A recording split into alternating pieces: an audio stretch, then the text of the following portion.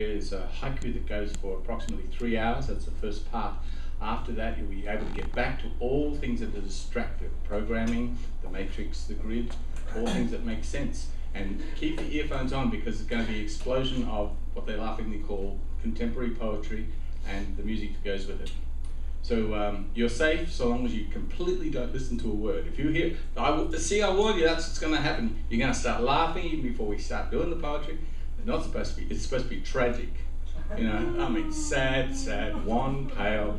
Oh, cry for me, Argentina. So, and we have very, very strict rules here. Anything happens and we don't know. So that's why I'm getting off in a minute to let someone get up who's got something to say. Otherwise, I'll go for the next 4 years on my first line of the haiku, which goes like, if I were haiku, you would not count my syllables, would you? See? So it didn't add up to it. So that's about as exciting as we get, mate. I lie, of course, and it's very good to lie. There'll be people who have got time differentials, some caught in Sargasso Sea, some caught in Zen moments, but they should make their way. That's why the chairs are empty, and we talk to the chairs until people come. Oh yeah, he's gone. Okay. So, did you want to? Because we'll listen, otherwise I'll talk. Up to you. Please, come on up, you're new. I've been here 100 years.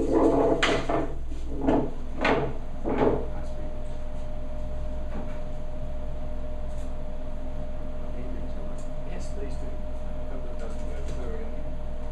We've got other ones there.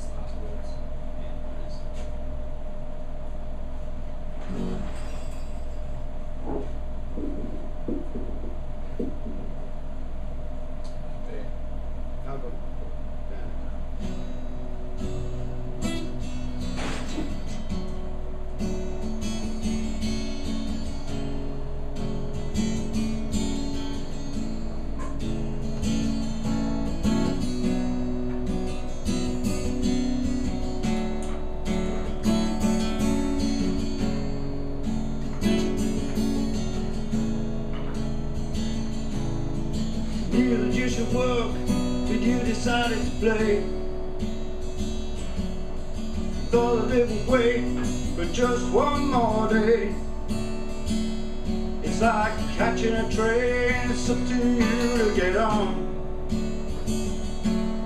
But you always thought another one would come along. They told you don't wait too long. You know that it's gone when it's gone. You know that it's gone when it's gone.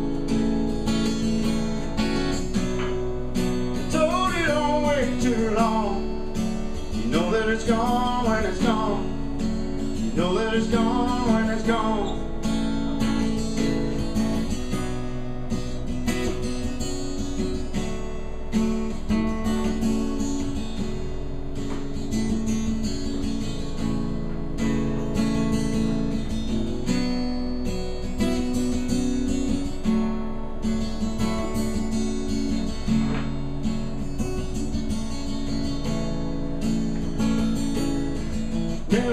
tried, you just sat and wasted your time, blaming other people's time, working out fine. You expected it all to be given to you on a plate. You blame the world for making you have to wait. They told you don't wait too long. You know that it's gone when it's gone. You know that it's gone when it's gone.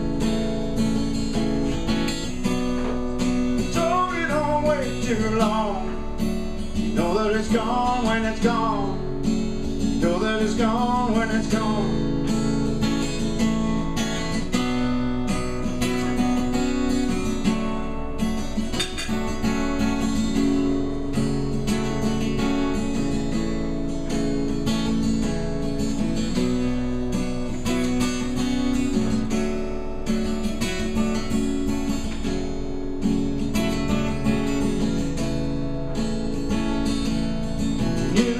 Work, but you decided to play.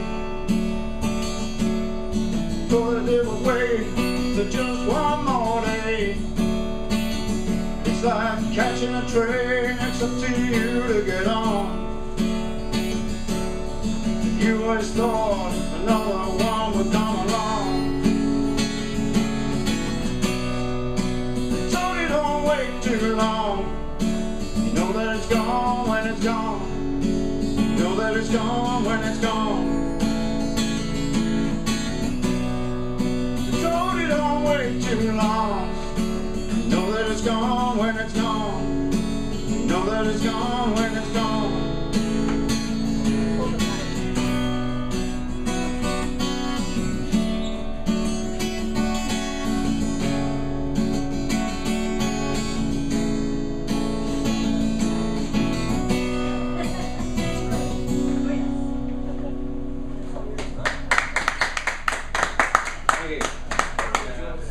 That was a new one I've never played before. Ah, good. I was liking it as well. Alright. This is a song about addiction.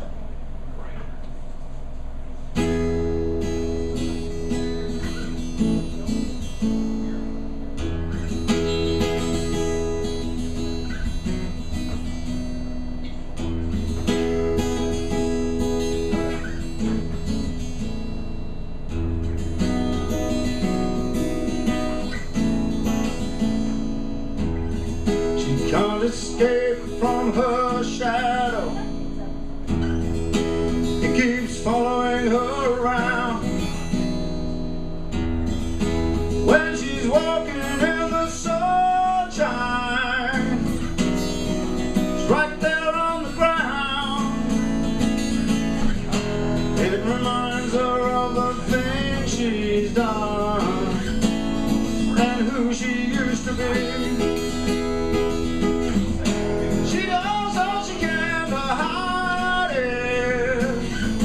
There for everyone to see.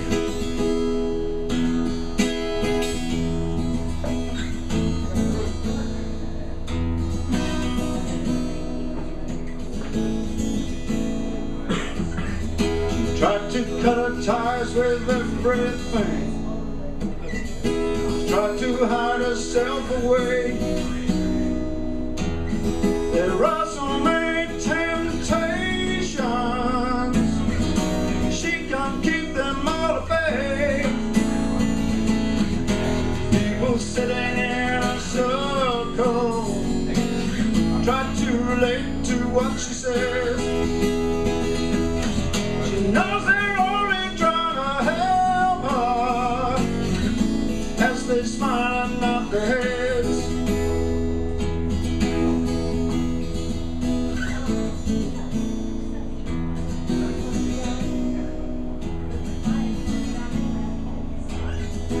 So she slips out in the evening.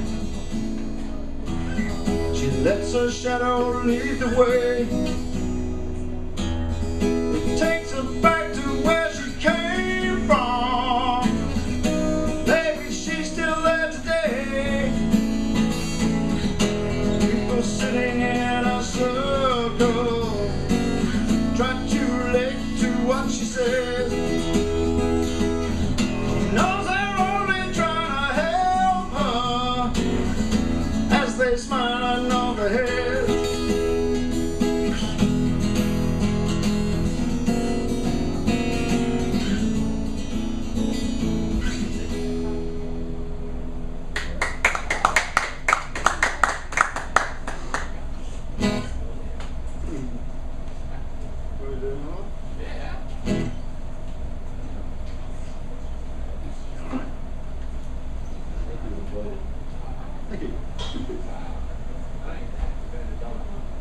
Oh, really? Yeah.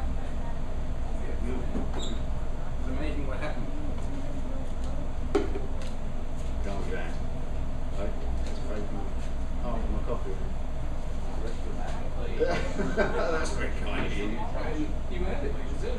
There's a response from me. It's good. I'll see the true story. Yeah.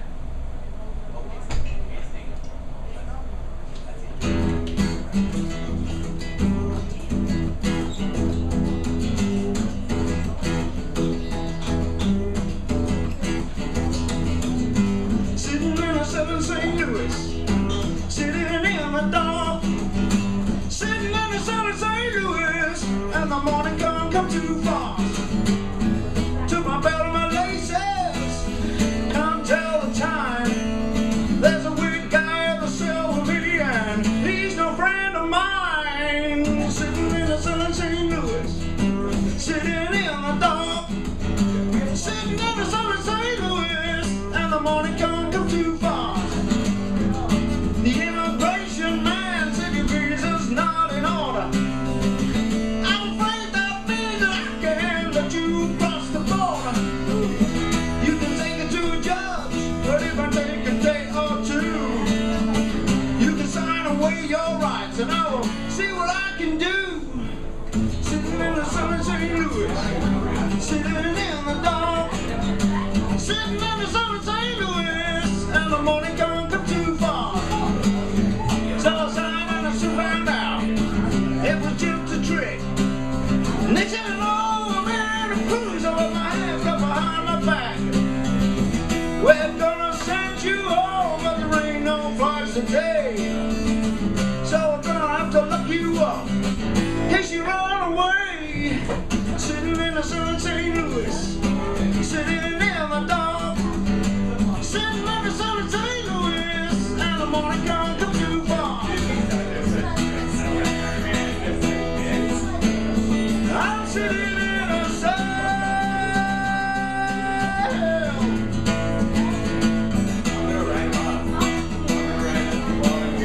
I'm sitting in a cell. From the perspective of a dirty True story. the dirty kid with a backpack who's classist like that, you know what I mean? I'm gonna write him up.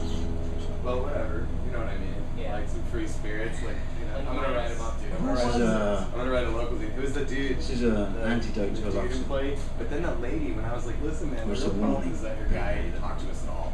You know, after being customers and artists at the same time with backpacks. No. So it's like, if she's not gonna reprimand him, then like the whole business is corrupt as far as I'm concerned. I won't give him my money. So all that stuff you've been telling me the past 2 days, you go on the mic and tell all of these people. I know, right? He may tell you that he loves you.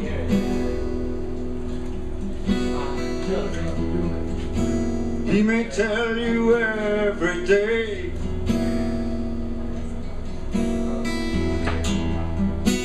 But he's really full of secrets. He's just trying to get his way.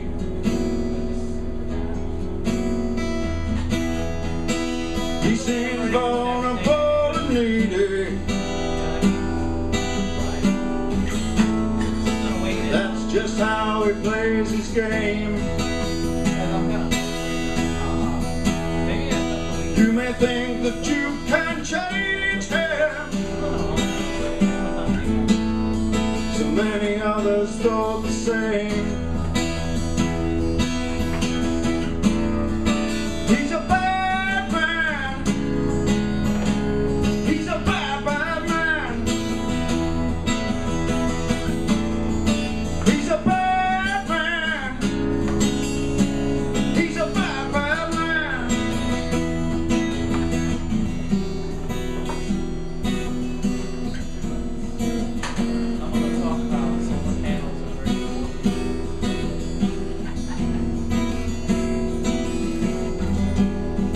He seems kind, but he is wicked.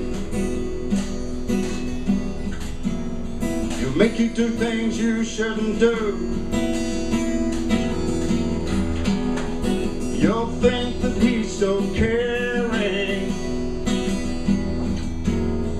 but he'll dump you when he's through. He will take everything you have, and when he's finished, he'll be gone. You'll be damaged and regretful. You'll be left to carry on. He's a bad man. He's a bad, bad man.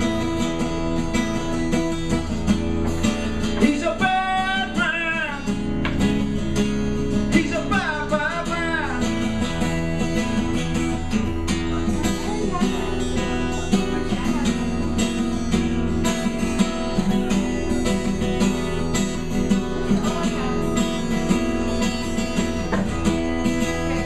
Evil is his agenda. He doesn't know remorse. And if you don't give him what he wants, he'll tear it out by force. He's a bad man. He's a bad, bad man. He's a bad man. He's a bad, bad man. He's a bad man. He's a bad, bad man. It's the convenience way like that. Before we go, Still here. after I'll go over there and on my way up. Full gravity, what? Please, Alright, well this one's about Austin. Oh, okay. Grab all of it. I just have to Right. get moving.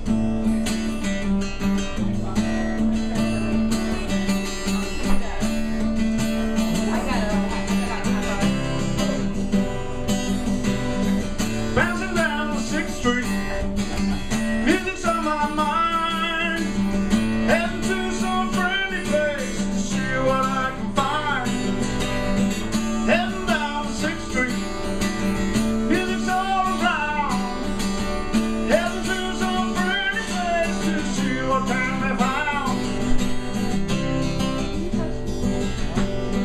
Lots of happy people just out to have some fun. The best bus will keep us going till it's time to go back home. And the place is buzzing with the sounds we wanna hear. And the doorman lets us in and we go to grab a beer. And if we get tired of this place, we can go to the place next door and try something different that we've never before.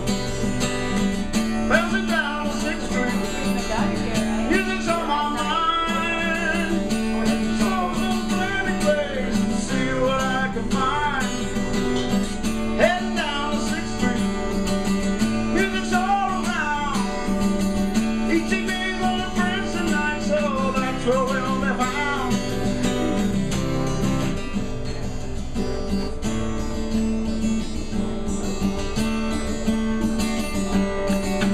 Did you know that Red House is the best groove by far? And the drummer reminds us of a famous movie star. But we can't remember just exactly what's his name. And we chatting there real nice guys and we will see them again. You can borrow a guitar if you come along on Sunday. You can share the stage with us and play some stormy Monday. Heading down to 6th Street, music's on my mind. Heading to some friendly place to see what I can find. Heading down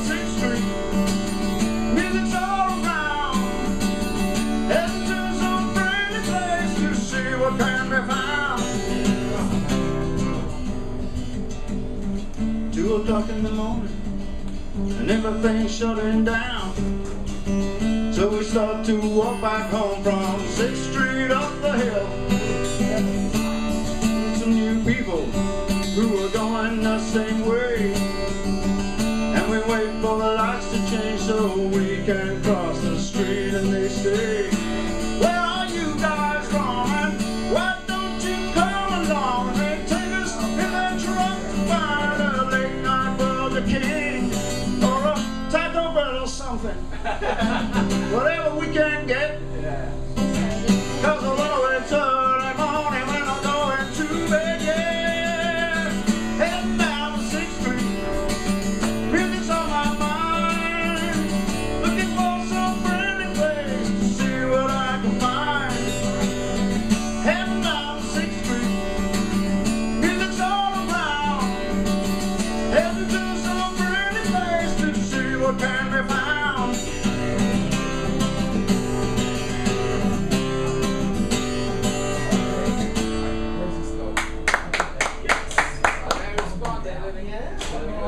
He wants to go.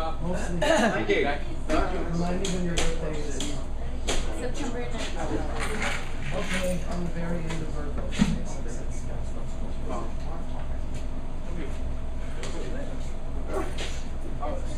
Probably patient and whatever shit. Okay, cool. Yeah, because he's a musician, right? Yeah, that's right. Good to see people who can do the thing. You want to play? You want to yell? You know that about me. Well, no, these things. Oh, really? That's what this says. Wow.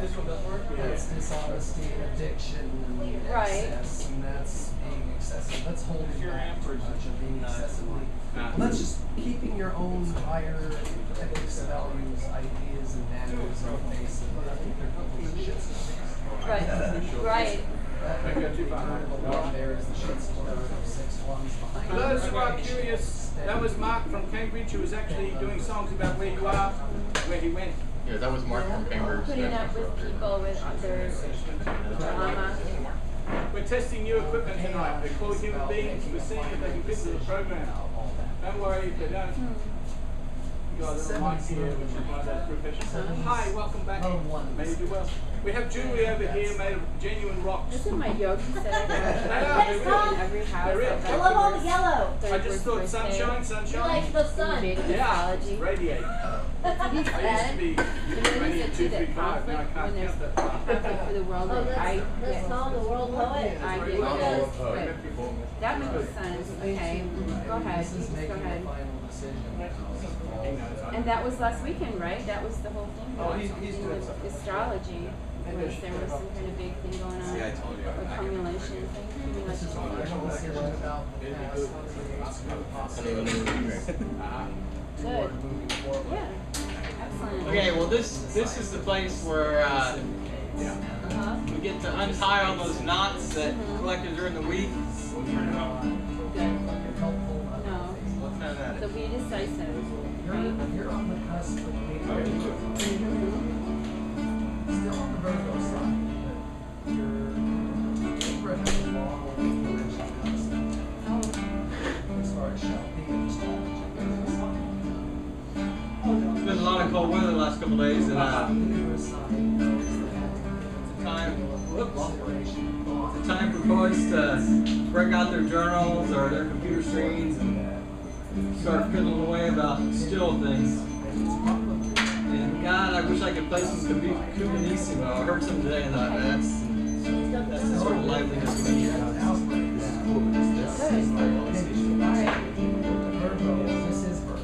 Boston only station. Yeah, that's the oldest station. I was like, holy The byline to the film The Big Chill is, in a cold world, you need your friends to keep you warm. So on a night like this, nothing could be more true.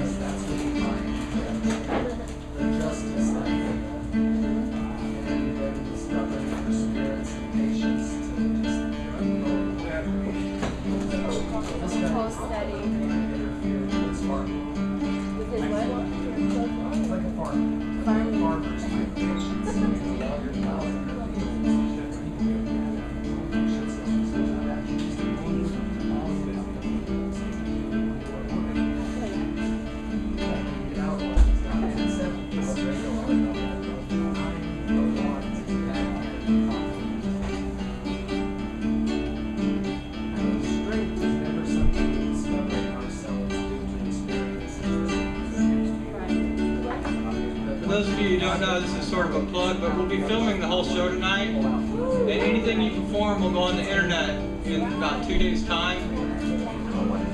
So it's a good time to announce yourself when you step up, say hi. Exactly.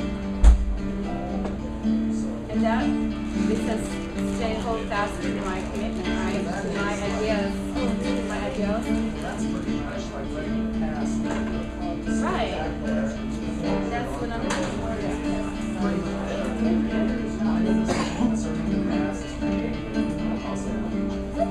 Right. Like not deal with the bullshit. Manifestation, successfully coming out of your own designs. Right. It's so easy. Sunrise. It's so easy on a cold day to think the whole world is cold. It's good to remember there are places like Saudi Arabia where the sun's baking down, and places like the Amazon where people are sweating.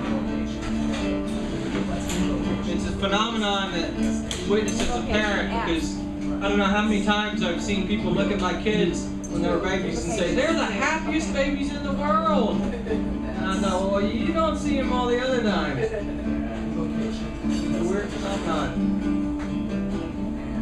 The creation of the necessary resources and foundation under to do it.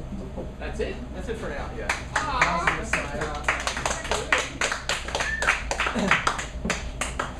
Well, you know the rules, everyone. If you've got something to say, you should be here, not there. Otherwise, someone's going to. Unarticulated as I am the public speaker.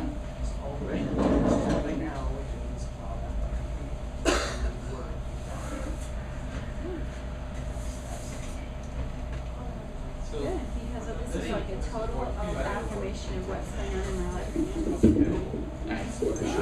So they got this big push towards sustainability and clean air. Yeah. And you got like people who can afford it. They're going in, they're putting solar panels on their houses, and they're making the houses more energy efficient. And so the electric companies are kind of starting to lose a little bit of money because the money's going to other places. So they're raising the rates. And so the rates are going up to the people who can afford to make their houses more energy efficient and get the solar panels. So, you know, if we're not very careful, we may, you know, like we're making like the poorest people have to pay for the, you know, essentially the environmental movement, essentially like the move towards sustainability, you know. So we have to make sure that like, you know, these people's electricity bills don't double on them, you know, especially like, you know, people living in like inefficient apartments who can't afford to live somewhere else, you know, you don't want to see their electric bills double and triple to pay for windmills and solar panels and smart grids and stuff like that. So we need to take like a, you know, we need to find a better way of financing this, you know, like not let really poor people do this. And and I also wanted, I don't have the answer to this, but what happened to our free roads? Free roads? What happened to free roads? Free? I moved to Texas, and it's like, Yeah. oh, I have to pay for like if I take this street or if I take that street, and then like I get like 3 bills from 3 different companies depending on my route. You know, I mean, it's, You have to pay the toll. You just don't drive through. That's the rule, apparently. they. It's a rule, I know. They discriminate against you. So, and I also heard that like some cities they're gonna like do real-time rates. Yes. So. Yes. A lot of cars means they charge you more. Few cars means they charge you more. But I mean, I guess the good thing about the toll lanes is that the people on the buses don't have to pay for my roads. We have They're no taking buses. them. Yeah, that's a problem. On Sunday. So I'd like to see better transit in the city. But at least they need to make the roads free again. You know, people driving back and forth to work, and you know. Go to the car. I don't know. They need to. Yes. What? You trust them? Trust who? Then they. Who are they? Oh, Who are they. they? Who are they? Well, I mean, Yeah.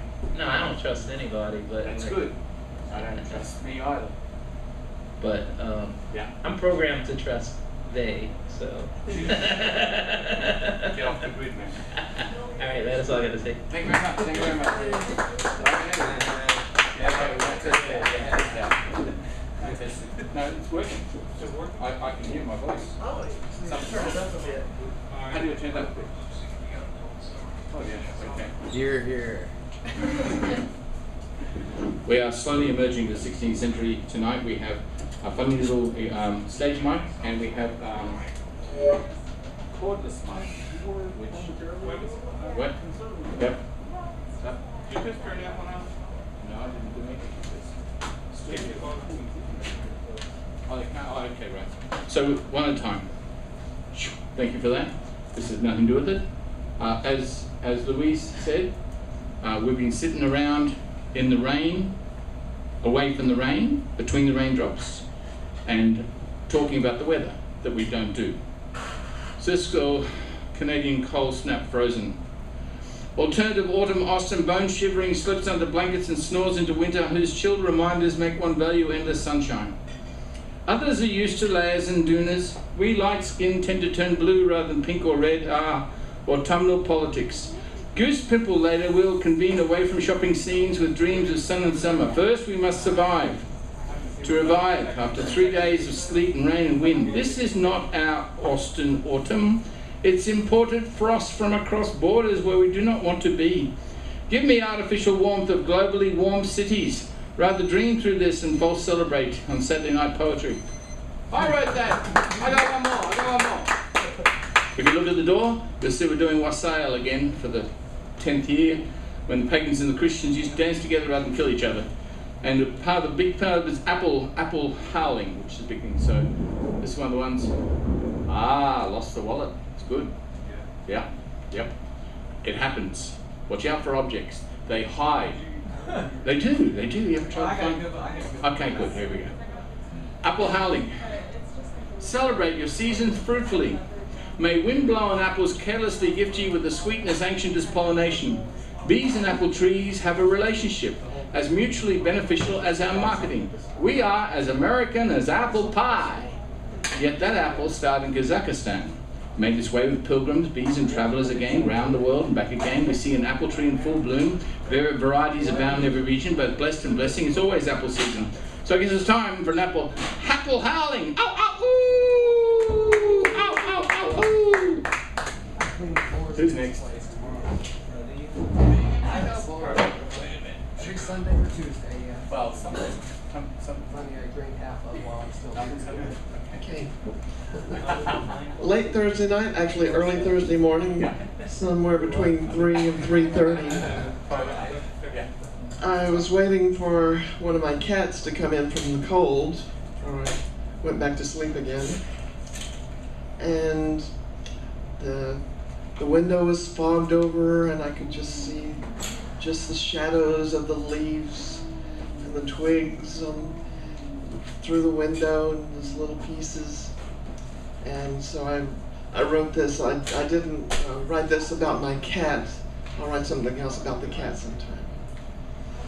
I just wanted to capture the image of the little pieces of shadow. Patches.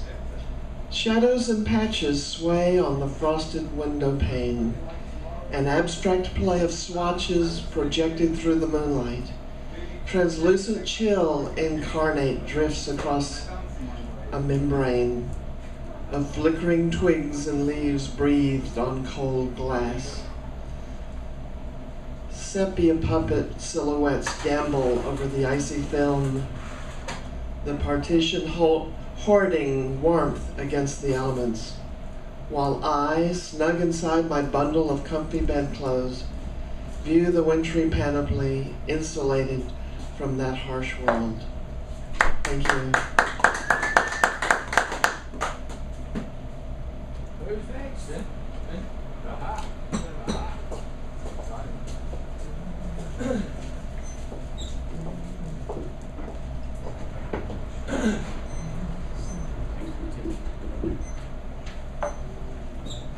Okay, now I'm going to try to be in less of a hurry. Thank God forbid.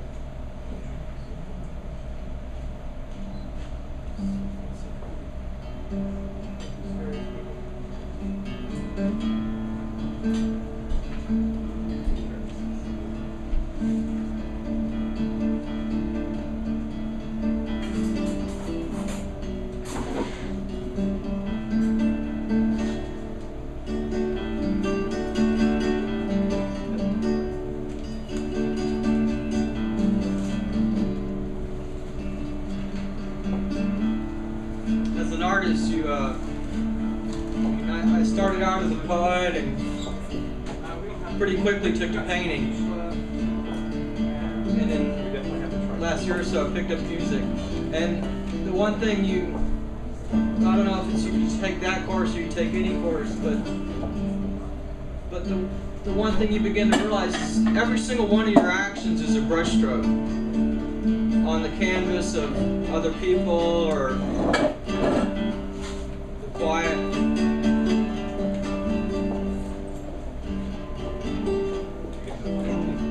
Like any good painter, you realize there's a moment where what's behind the canvas and you can't see it. You have to just trust it and let it go.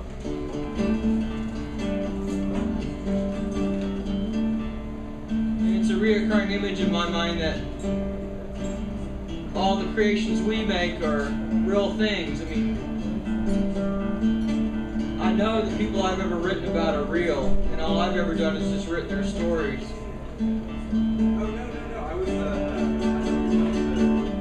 That being the case, then what we're doing tonight is just living out somebody's play that they wrote.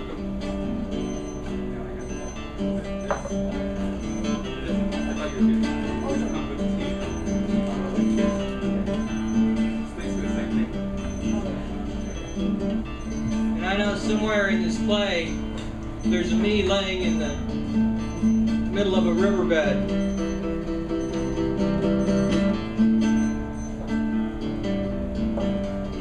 Warm water's flowing past my head and past my feet, and I'm looking up through the surface of the water and I can see the clouds and the shimmering of the river.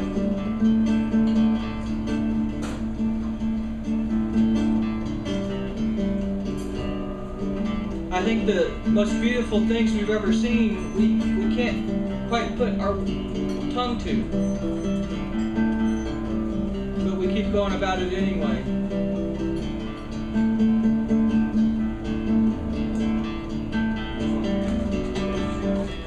God has been coming up in a lot of the conversations about rooming over the last several weeks at the open mics.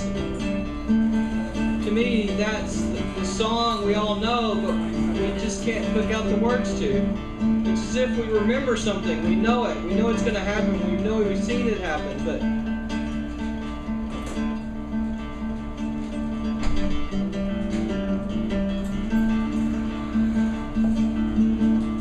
Tom's right. The joke I was going to make is, if you give enough stuff away, and I'm going to backtrack a second. Last week, a painting, a triptych by Francis Bacon was sold for $142 million. So I did the math. That's enough to feed a family of 4 for almost 5,000 years.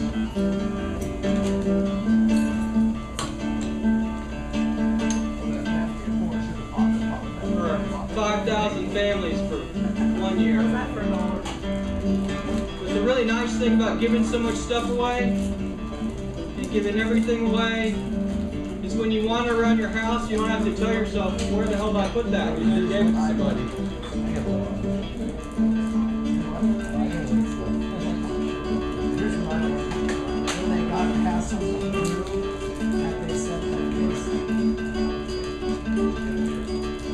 One thought that occurred to me is, wouldn't it have been better if that guy had taken that $142 million and then took the wish list of every child on the planet and bought them what they really wanted? So, that's why. But then it occurred to me shortly thereafter that I have 2 kids and I know that's not what they want. What they want is peace of mind and safety and quiet. The best job I ever had, and I keep telling my kids the best job is daddy, but I think I have one that tops it. The best job is I get to be in the park and the playground with my kids after school, and I get to be home base. My only job is to sit there and let them know that when they're with me, they're safe.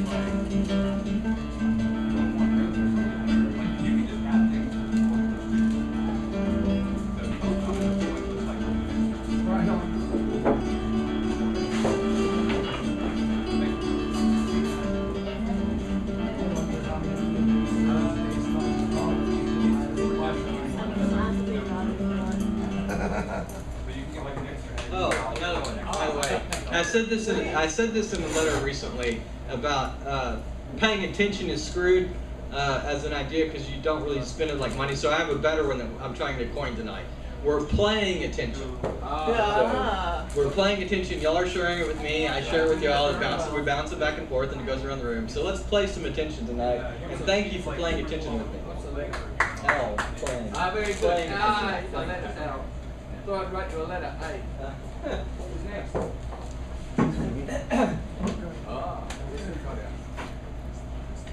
We're testing. Watch this. This man has technology. It's got technology on it. See if it works. Yeah, we get the nugget cheese, the 150, and then that's a pot of 2. Blowing eardrums otherwise. You might hear a loud whistle. That's you. That's me. That's me. All right. Benjamin Franklin with new equipment. That's right. Inventing lightning. Inventor of the stove. Yeah. Is it working? Oh. That's it. Oh, this one's working. Never had this one. Oh, well, not mine. Do it. You can put the mic in as 10. Oh, this will work? Excellent, excellent. Whoa. I'll think back just like Okay. Too close to the speaker there, I guess. Or too close to the microphone. This is harder than... Okay. Oh, okay. I'm kind of in a frosty mood because of the weather lately. And this is a frosty poem by Robert Frost. oh, cool. Appropriately. My November guest. My sorrow when she's here with me thinks these dark days of autumn rain are beautiful as days can be. She loves the bare, the withered tree. She walks the sodden pasture lane. Her pleasure will not let me stay. She talks and I am fain to list. She's glad the birds are gone away. She's glad her simple worsted gray is silver now with clinging mist. The desolate, deserted trees, the faded earth, the heavy sky, the beauties she so truly sees. She thinks I have no eye for these, and vexes me for reason why. Not yesterday I learned to know the love of bare November days before the coming of the snow. But it were vain to tell her so, and they are better for her praise. Thank you.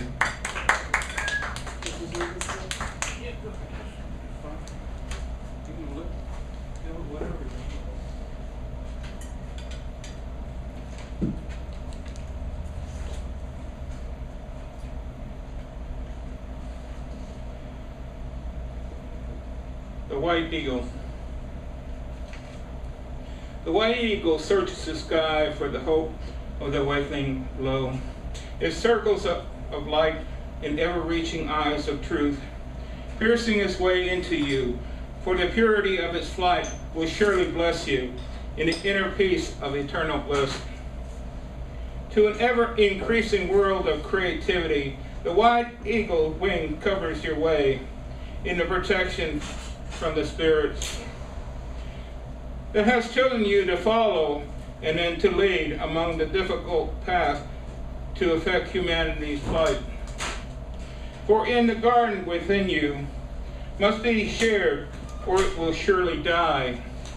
From the lack of motivated output to create your masterpiece, you must fly the winds. Failing to do this, you will stagnate, to fester inside a bitter boil. But the white eagle will claw at you to tear you away from any self-doubt. For the angel spirit has to ride high in the currents of hope.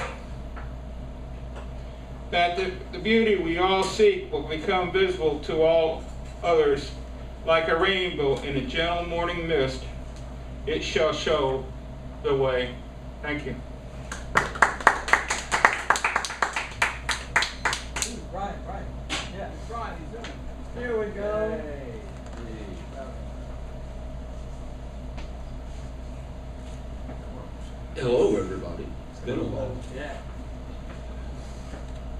So I'm just going to jump right into something.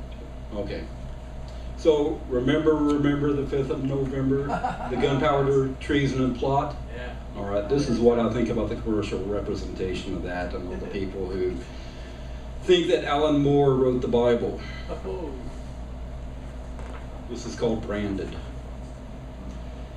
Wearing a mask of affiliation is like commissioning cheap labor to slap a bandage on a broken machine that comes without an operator's manual. Then giving lip service to solidarity with a capitalist drone you will never meet. Not to worry, you just bought his television set so he can see your adventures in living color. For isn't that how it begins? Your idols are untouchable, obscured by the veil of fiction.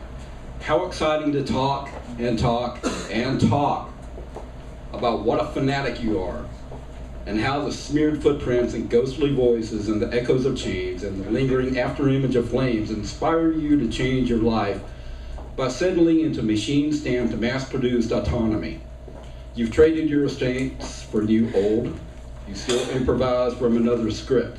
You still pay homage and a tithe to an industry that will fester in your angry heart for the rest of your days.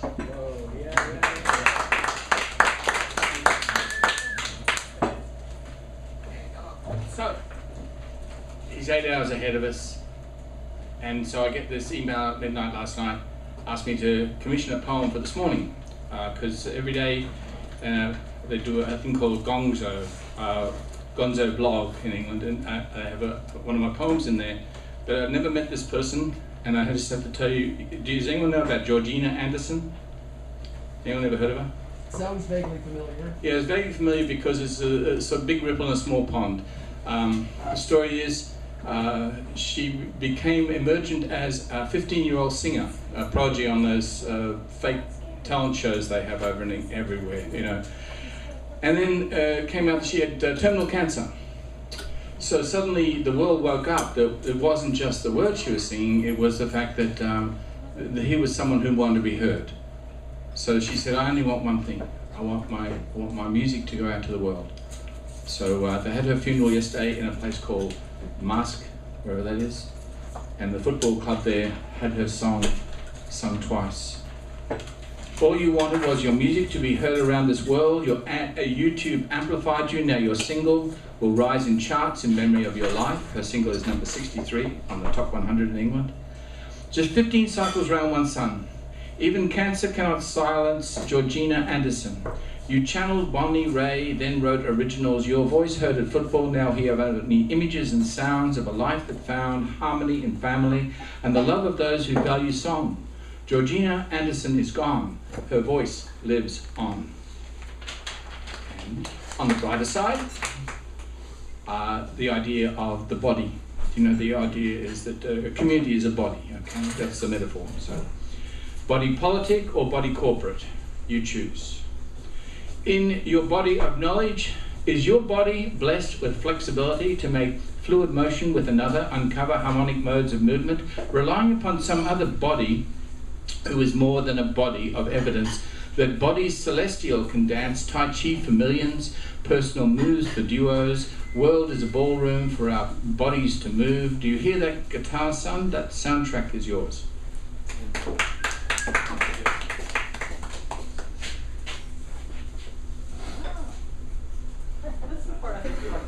I like watching people work. I love it.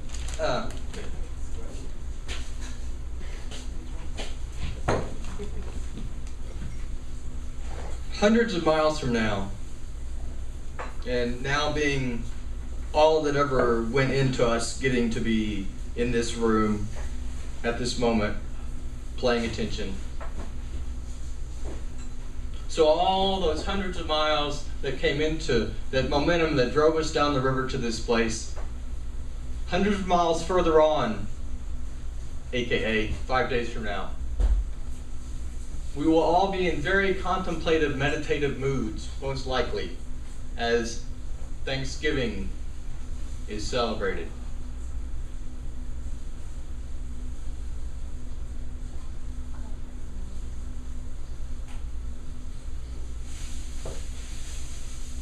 We have much be thankful for. It is my favorite holiday. It is the one that drives me most to look into myself and my relationship with my world as one to cherish, to honor, to pay heed to, and respect.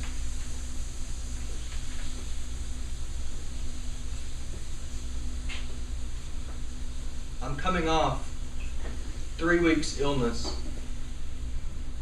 a week's worth of bad earaches.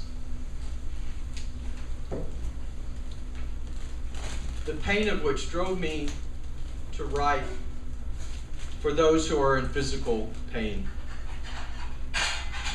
I think around this country, a week from now, you will find many people talking about the things for which they are thankful.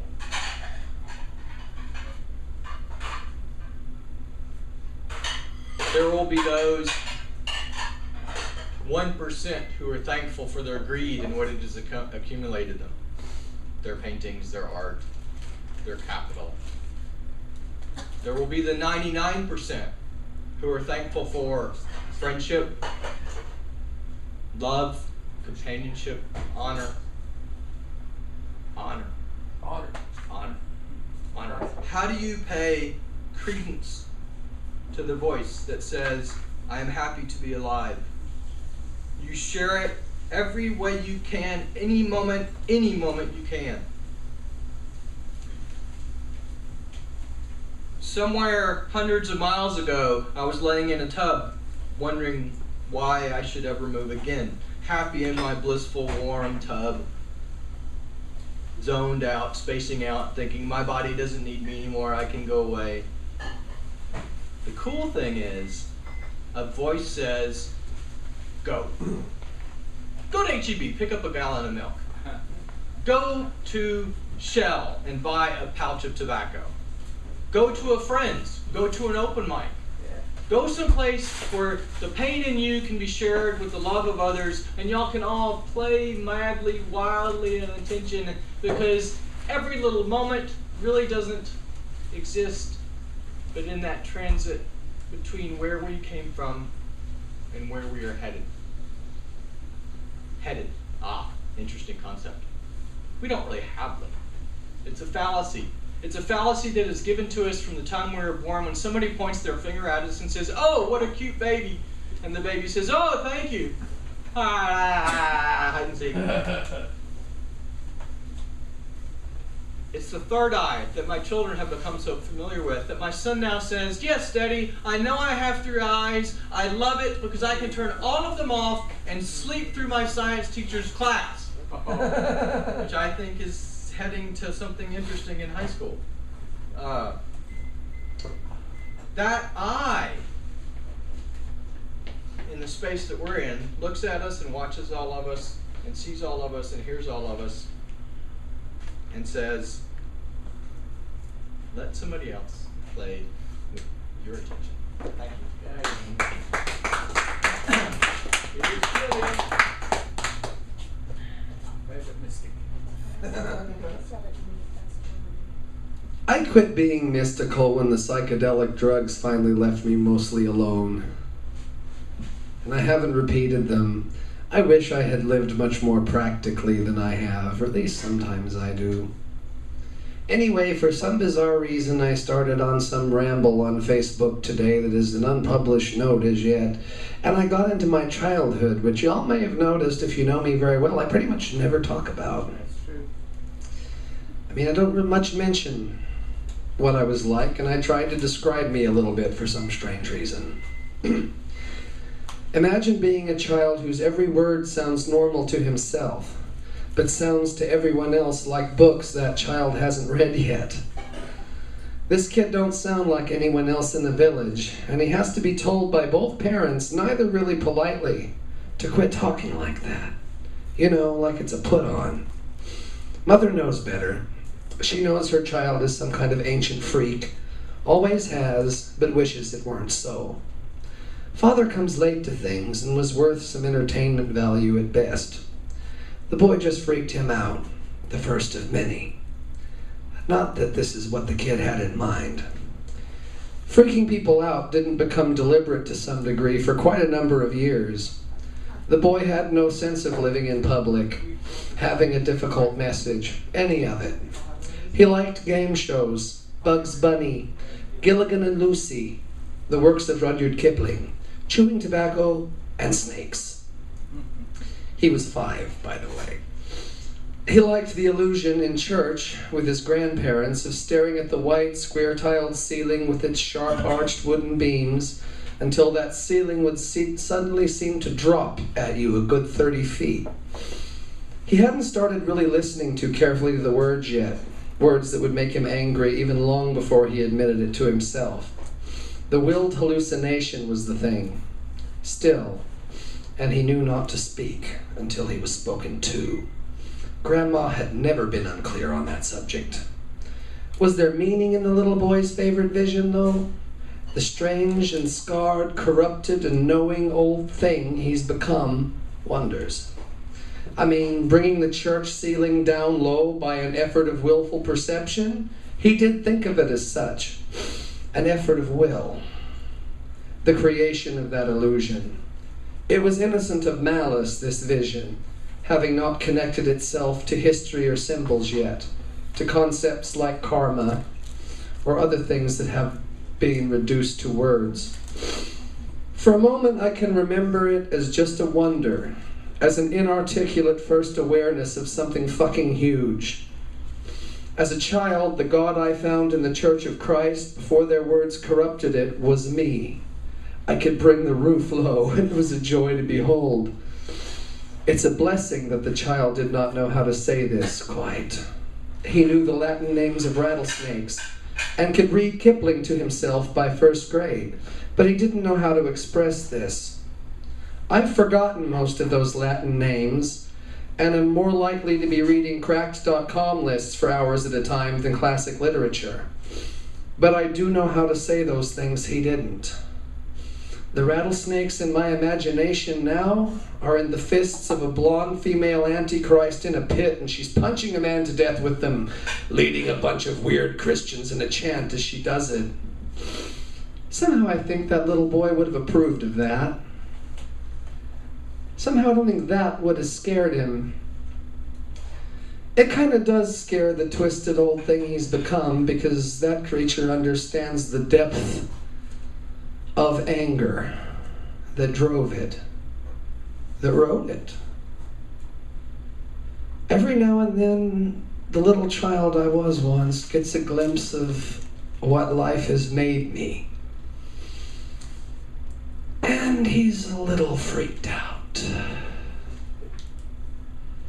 But it's not like he didn't already understand. I sometimes think that kid understood a lot of things better than I do because they hadn't been reduced to words yet. They were still thoughts that were free and unencumbered by perception. And they were complete thoughts, which only LSD ever completed again. And luckily I don't have to do that again for 20 years for at least some of that awareness to remain. There is no conclusion to be made here. Just more shit to do. That was Julien. For those who haven't been here before, this is a round robin open mic. Do a long piece or 2 short pieces, and then everyone gets heard. And whenever you want to get up, you get up. And that means everyone, including the camera. We've had the camera up here, but all it does is just absorb. It doesn't radiate that much. So we're trying to get rid of the illusion of an audience. We know quite well poetry is an antiquarian device, subject to archaeological dig, look for the dead, but we actually happen to be alive. So in this time space, it's a conversation rather than just a monologue. That's failure of communication is the art form. Are you ready, mate? Good. Yeah. This is how we start tonight. Really good singer-songwriter, Mark from Cambridge. That elevated us all. And we have wonderful jewelry here too. If anyone likes jewels, beautiful handmade, hippie-made stuff. Bling, hippie bling. It's true. Good description too. Thank you.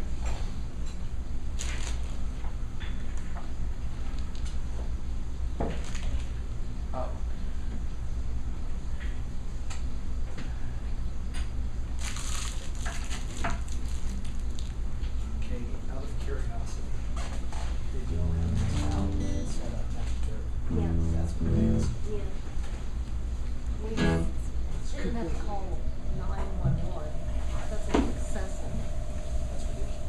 This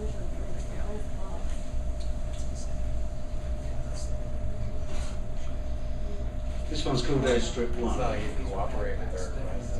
It's a reference to 1984 George Orwell. Oh, God, who can't cooperate with her? Let's keep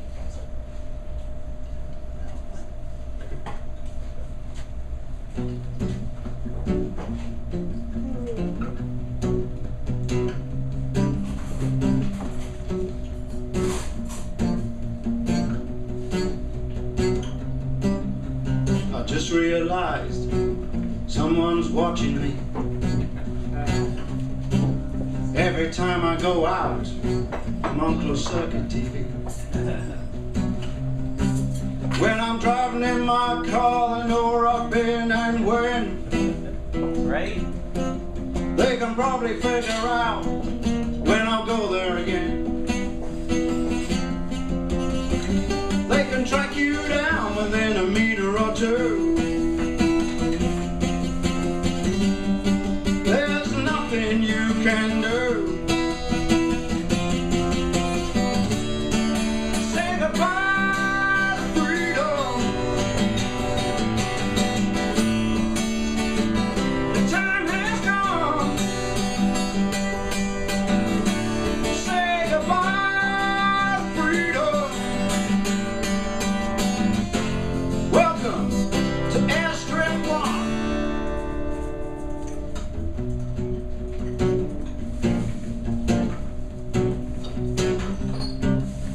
They know what you buy, and they can tell what you eat. If they go through your garbage, your information's complete. Every time I hope he's showing up for pills. Is that a hidden camera in the corner of my room? Why do I still hold out on? They've taped my conversations and they've tapped my phone. It's not just paranoia. No, I'm afraid it's true. It's not just paranoia. Just because you're paranoid doesn't mean you're not out to get you. There's nothing you can do. Say goodbye to freedom. The time has come. Say goodbye to freedom. Welcome to Airstrip 1. Say goodbye to freedom. The time has come. Say goodbye to freedom. Welcome to Airstrip 1. Right on. Thank you. Do we do another one? Want another one? Yeah. I guess Why so, not? yes. Good. All right. Suck it to him.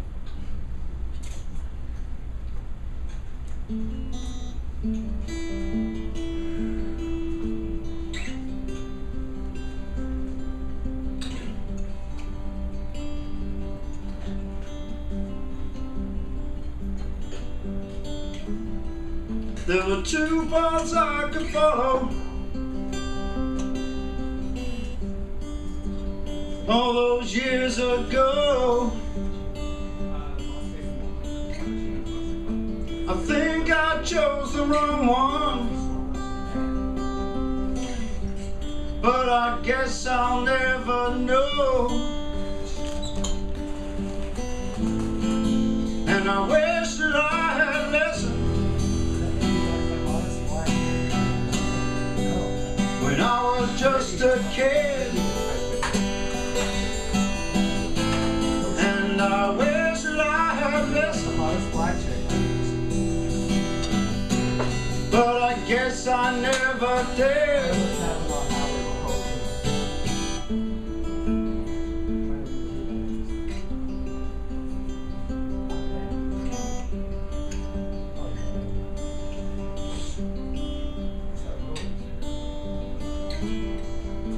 My head said take the safe one, and it turned out quite okay. But I'm listening to my heart now, though it's late in the day. And I wish that I had listened when I was just a kid. And I wish that I had listened, but I guess I never did.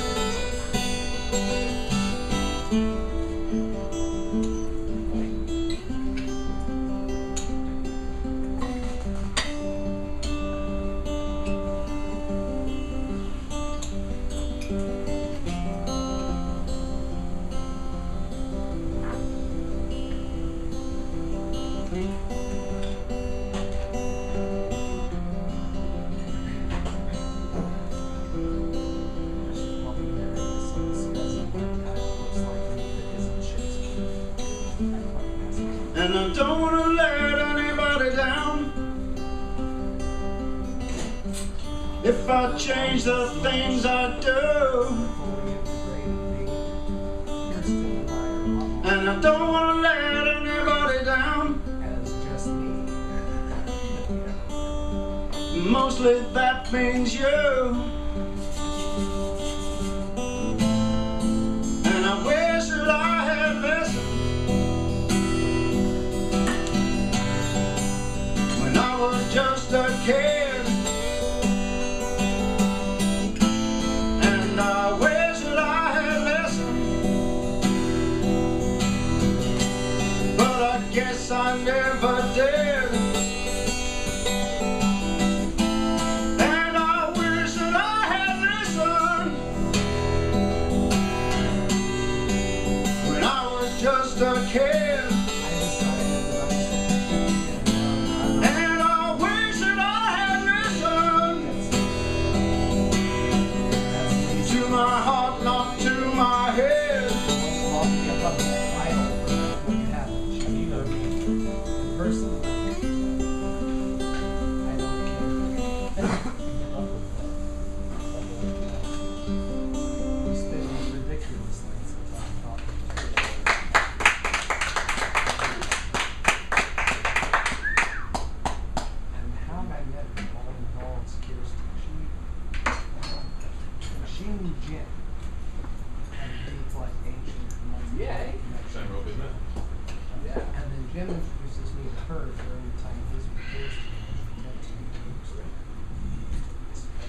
And so are our days now, locked in tight to paradise. The sun is high and white, the nights are punch-drunk and numb. Our life has become bracing for the next hit, the next blow. We saw what we wanted and it made us blind. Even our dead know no peace, while we lie in ambush in clover with a brickbat.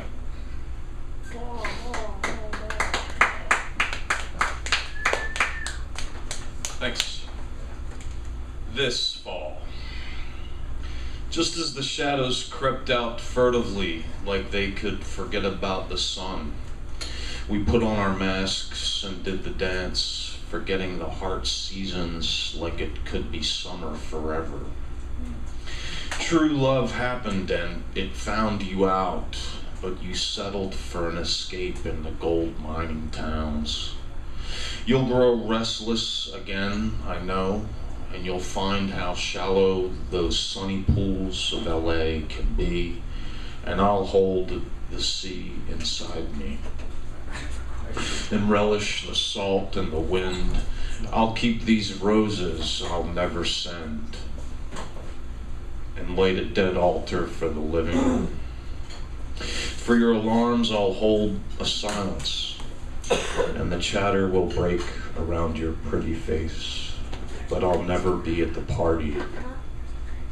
I won't drink alone or lament. I won't put on a new disguise. I'll take the old dusty bright flag and make a fine sail. I'll wait and want for nothing. No bright, desperate flower blooming in the desert of my love for you. Well done. Thank you. That shallow pools in LA line was just perfect. Thanks, man. Subtly making a point people had previously spent like 6-minute songs to make in less than a second or two. Thanks. Thank you very much. Oh, thank you. Yeah. Great. And Julien, yours was really, really great. I enjoyed that. Very personal. Yeah, and you mentioned the Church of Christ. Yeah, that's what I grew up in. Well, my father's family was Church of Christ. I'm a product of a mixed marriage, Church of Christ and Baptists. Oh, God. So, yeah. Yeah, as far as we were concerned, the Baptists were bloody pagans because they allowed a musical instrument in the gospel. Exactly. Right. Exactly. And I went to church with my Aunt Janie and my cousins Martha and Joe one time. And they always made a big deal about not having instruments in church. Oh, yeah. But they had a sound system which we didn't have in the Baptist church, and I know that microphones and amplifiers were not in the Bible. Well, they damn well were. I mean, David played a lyre in the Bible, so a musical instrument should have been fine, whereas sound systems didn't exist at all. Exactly. Yes. Exactly. They just didn't know how to play, so they banned instruments because they didn't want to learn how to play them. David knew how to play. After all, he had a secret chord and it pleased the Lord and all that shit. Yeah. Exactly. There you go. Well, I'm in a chilly mood lately, and when I'm in a chilly mood and it's chilly weather, I make Texas chili. And this poem, there's a lot of that in this poem. This poem is practically a recipe. Gotta make a big pot of chili con carne. Some Texas chili for a very chilly Texas day. Sear ground beef or turkey, or no meat at all. Add tomato paste, cumin, oregano, minced onions, salt, a scoop of chili powder, a little garlic powder, not forgetting a good measure of paprika. Just winked out on me there. Water, later a tablespoon of masa, maybe salsa, and what have you at hand from the fridge. Vinegar, pickle brine, refried and kidney beans, your favorite cheese grated, scallions chopped. Let simmer in a crock pot for hours and stir often. Finally garnish with shredded cheddar or Colby. Make it as spicy as you like or can stand. Ring with Texas-shaped tortilla chips afloat, or Colorado-shaped if you like rectangles. Cool some, freeze some, enjoy for a week. It tastes better with each successive meal. Do they like chili in the nation of Chile? Or just sea bass? They might like it. Their flag looks like the Texas flag.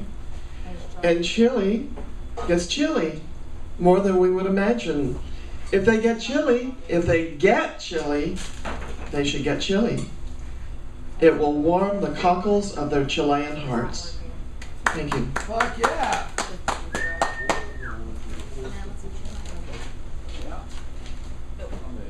Hey. So the first of tonight's cover versions is a song from a nice little book of poems put out by Billy Corgan. That Billy Corgan.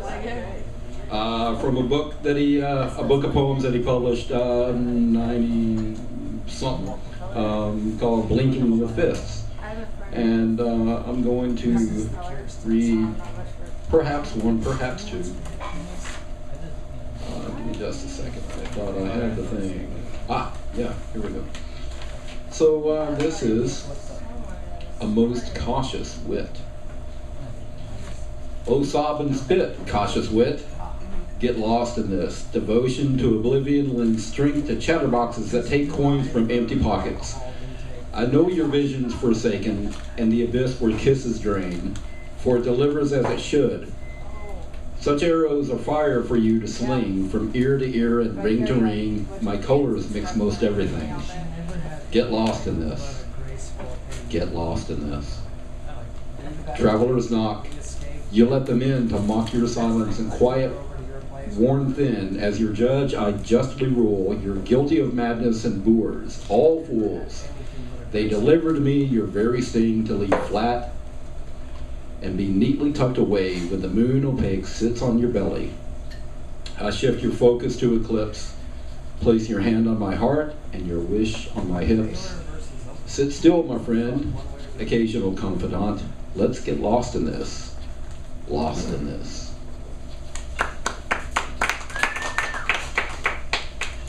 And yeah, there is another short one I was going to read here, and I totally lost my. No, there it is. And this one is called "The River Runs Foul."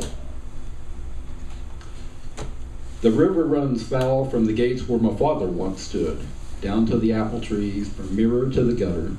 We run streaks of stardust and funny dumb dreams of shattered warmth. Happiness is nothing but a smile. I detect her here in the warm night air. I move silent. I do not wish to be seen. The river runs south, through ghettos and starched neighborhood squares, and everywhere the dogs howl. I don't even trust the hum of my own voice here. My own impermanence haunts me, but this thought alone relieves the pressure from the mirrors to the gutters done. Gutter-tongued, my heart speaks to the silence in me. Let me walk alone home as the dead stoplights wave goodnight. Well, fucking done.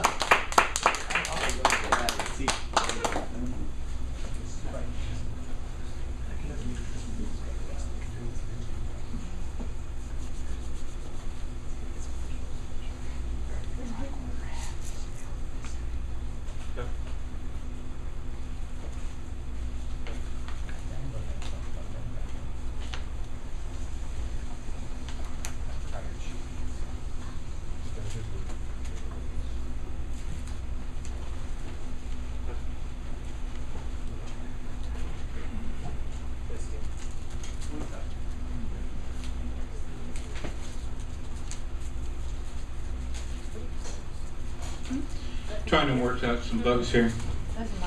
Eventually, we're going to have a microphone for whoever's hosting be around their ear, and then we'll have a wireless mic for the rest of the people. Just going to try to piece it together. I've got a little portable PA amp so that we can have a open mic anywhere. Anyway, I wish I were a kid again. I wish I were a kid again, to dance in the gentle rain, splashing my thoughts up with the winds, flying kites into blue skies with tails as tall as telephone poles, riding bicycles down dark trails, ripe in imagination to wander with, slaying the monsters within your dreams with magical swords of wood. I wish I were a kid again, to camp within the trees around the fires that spirits would seek, in the stories that would make my hide creep, to swim the oceans in a pond that the Loch Ness monster was in, to grab the tail and swirl my way like a water slide. I wish I were a kid again, that my mother would hug my blanket into my dreams of fairy tales, where the tooth fairy would give me the candy that smiles came with, and in the tender kiss on the cheek, my world was protected for the night. I wish I were a kid again, to play a ball game with my dad that would send the ball clear around the world in some, to catch my father's love like a leather glove, and in all the pride that comes with the old man becoming young again. Yes, I wish I was a kid again. Thank you, Mom and Dad, for the kid in me lives slaying his monsters and still feeling tucked in, playing the ball game called life. Perfect rose blossom. One stands as his poet before you upon a stage that evolves full of life, with words flowing with convictions in a world full of changing contradiction. Personas strive for stages of pure perfection. They seek success on individual validation, but failure builds up characters in imperfection that use the building blocks for personal redemption. Poets are the most perfect rose with its flaw, where poetry is like a holy Swiss cheese to fall into, where one person follows long trails of thoughts, another sees a quagmire path of poetic shards. Most poets are the devil's advocate, not of any evil, but making people open minds onto paths left taken, where narrow minds become broad-minded, liberal in that they perceive things from all angles. Poets are not dire dictators, but mental motivators. They teach the worldwide diversity of the human language, where individual independence can then be attained, where such readers become a perfect rose blossom. For only then can the poet flip on years, full of tears, being pressed deep as a departing rose in the Bible verse pages. Thank you. Wonderful.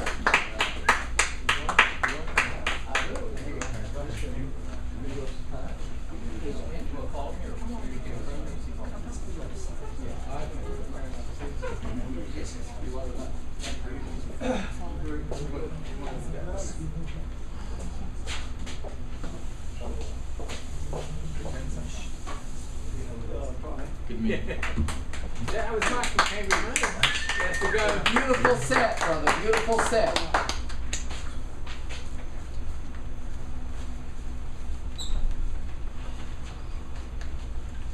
I love to work.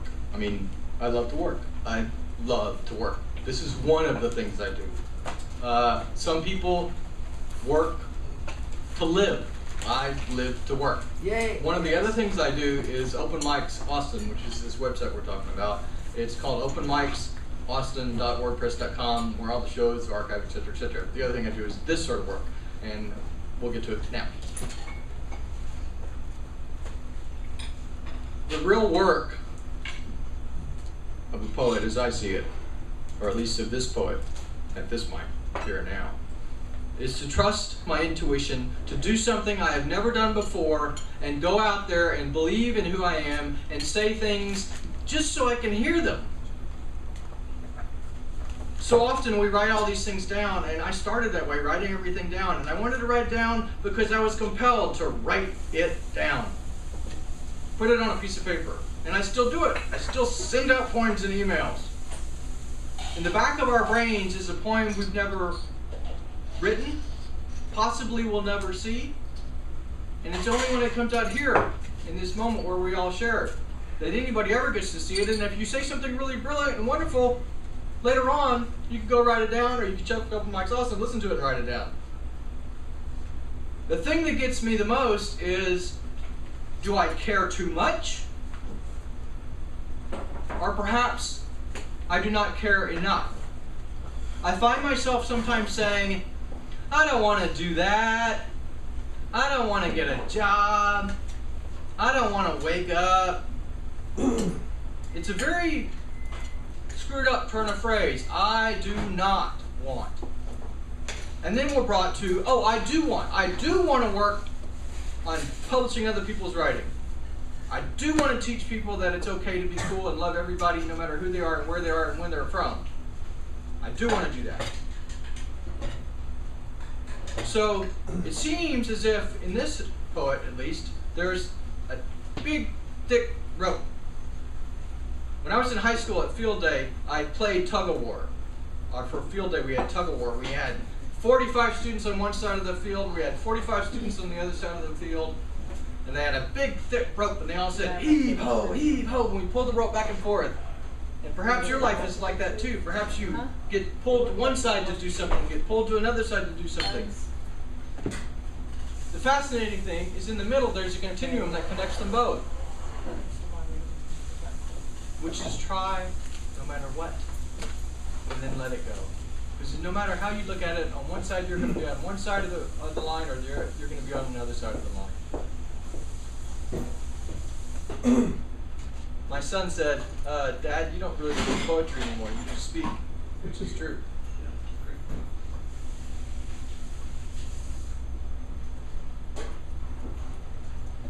Poetry to me is not image, it's not sound, it's not light, it's not object. Poetry is living your life, and being a poet is living your life so that everything you feel is manifested. I heard someone earlier say, life made me this way. Bullshit. When you're young, yes, your mom drives you to school, drives you to the supermarket, drives you to the park or to the baseball game. As you get older, you learn to drive. You get your license in your life, you learn to drive your own life. Nothing made you a certain way. In the beginning, it does make you a certain way, and after a while, you begin to steer your life to go where you want it to go. We are flashlights. We take and turn our lights on, and we shine it out into the darkness to see what we can see. In some instances, I felt like a lighthouse saying, oh, don't come this way, don't come this way. And I began to realize, no, you're not a lighthouse. It's not don't go that way, that whole tug of war, don't go thing. But go a good way. Go be safe, be kind, be generous, be sweet, be loving, be tender. Be poetic. Let meaning seep into you, and the love you share seep into everybody else. The thing that curses me most these days is I always think I don't have enough time to do all this work. The only reason I share is because I can't do all this work myself, so I give it away so other people can do something with it, and maybe they can work it into something else for themselves. Because the only way we can carry the poet in us, or the poem in us, is to let other people work the poem too. There's not enough work for one man to do. There's not enough work for any one poet to do themselves. So they share it with everybody else, so then they can work on those ideas too. Poem is a communal thing.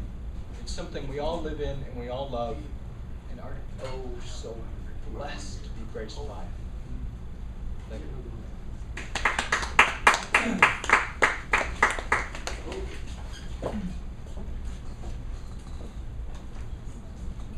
Are you coming up, darling?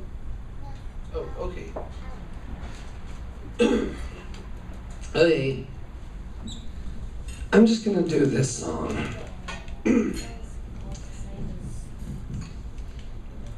It's less complicated and less obscenity filled than most of the fucking shit that's come out of my brain, yeah. And there's a dirty joke hidden in it if you're very well versed in the occult. Or at least it qualifies as a dirty joke under the paradigm of the past 2,000 years. Okay, all of that is complicated and unrelated to why I'm here. Anyway.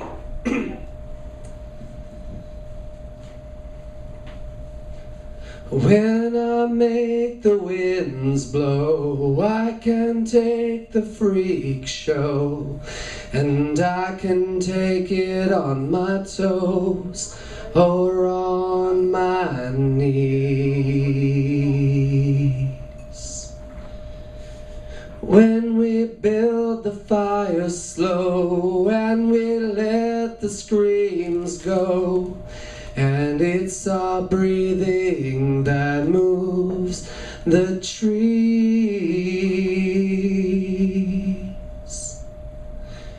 When I get impatient, distant from the ocean, and I can feel her in my bones or on my brain,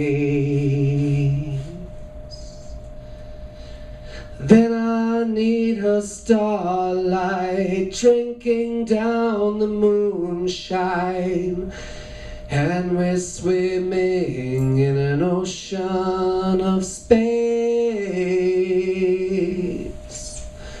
We're one in life.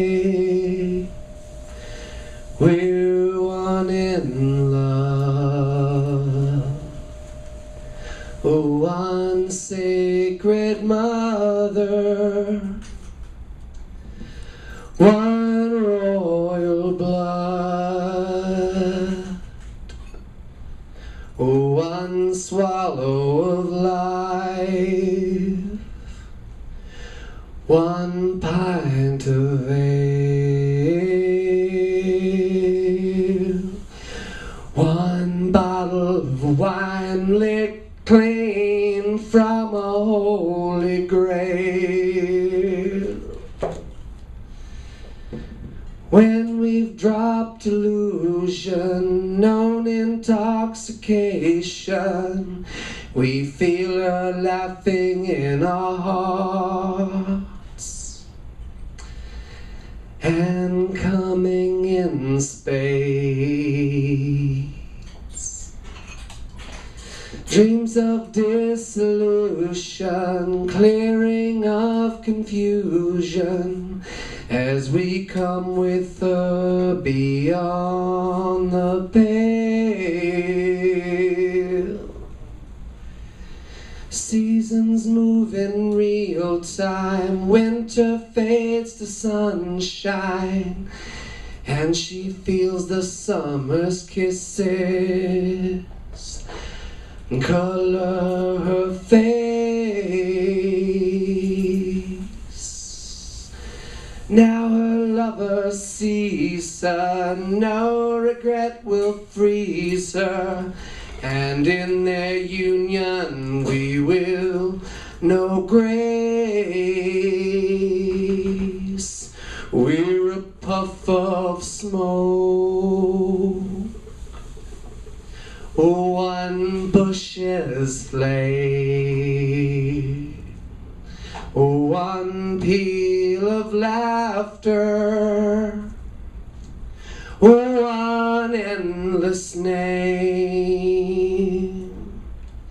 one swallow of life, one pint of ale,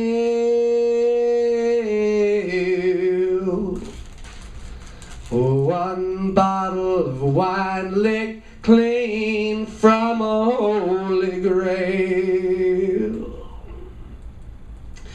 We're a puff of smoke, one bush's flame, one peal of laughter, one endless name, one swallow of life, one pint of ale, one bottle of wine licked clean from a holy grail.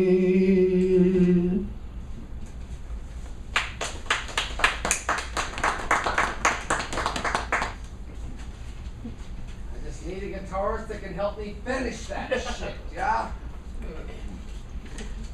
Okay. Well, I grew up in Austin, and if you've lived here for more than a year or two, you know that we don't really have seasons here. But in school, you know, just like everywhere else, I'm sure, in this country, in the fall, you cut out little construction paper leaves, and it's all about autumn, and you know, and as a kid, you believe that we really do have fall here, and you know, some of the trees sort of very slowly change color a little bit. I went to New England a few years ago and saw real fall colors. It just blows your mind. You think someone went up and painted each leaf with red or yellow or orange. It just happened to be 3 weeks after 9/11 when we went up there. But we had made the plans before then, and they hadn't quite set in with all the security precautions. The National Guard was at the airport in New Hampshire. But when we went through Boston, we did see in the far distance Logan Airport, which is where those airplanes came from that crashed into. to the World Trade Center. But this has nothing to do with that. This has to do with fall. This is by an Indiana author named James Whitcomb Riley. You may have heard some of these phrases. There's a phrase in here that I had to look up. It's called the fodders and the shock. Now, in my day, back in the 60s, you heard people talk about soldiers as being cannon fodder, which meant that something that was stuffed into the cannon, you know, and expendable. So I knew kind of what fodder is. It's a stuffing, it's a stuff. In this case, it's sheaves of wheat or barley, and fodder or shock means that they're stacked together, kind of crisscrossed and stacked together so they stand on their own. So that's the only thing that really needs explaining here. It's in, I suppose, an Indiana farmer's dialect. When the frost is on the pumpkin. When the frost is on the pumpkin and the fodder's in the shock, and you hear the kyock and gobble of the strutting turkey cock, and the clacking of the guineas and the clucking of the hens, and the rooster's hallelujah as he tiptoes on the fence. Oh, it's then the times the feller is a-feelin' at his best, with the rising of the sun to greet him from a night of peaceful rest, as he leaves the house bareheaded and goes out to feed the stock, when the frost is on the pumpkin and the fodder's in the shock. There's something kinda hearty-like about the atmosphere when the heat of summer's over and the coolin' fall is here. Of course we miss the flowers and the blossoms on the trees and the mumble of the hummingbirds and the buzzing of the bees. But the air's so appetizing, and the landscape through the haze of a crisp and sunny morning of the early autumn days is a picture that no painter has the coloring to mock when the frost is on the pumpkin and the fodder's in the shock. The husky, rusty rustle of the tossels of the corn and the rasping of the tangled leaves as golden as the morn. The stubble in the furries, kind of lonesome like but still, a-preaching sermons to us of the barns they growed to fill. The straw stack in the medder and the reaper in the shed, the hosses in their stalls below, the clover overhead. Oh, it sets my heart a-clicking like the ticking of a clock when the frost is on the pumpkin and the fodder's in the shock. Then your apples all is gathered, and the ones a feller keeps is poured around the cellar floor in red and yeller heaps, and your cider making's over, and your women folks is through with the mince and apple butter, and there's sauce and sausage too. I don't know how to tell it, but if such a thing could be, as the angels wantin' boardin' and they'd call around on me, I'd want to accommodate them all, the whole enduring flock, when the frost is on the pumpkin and the fodder's in the shock. Thank you.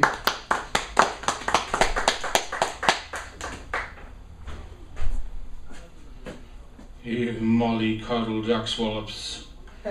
You green-haired, tattooed, fan-tailed gypsy dancers. You body-implanted Android smartphone users. You gym-addicted exercise dopamine addicts.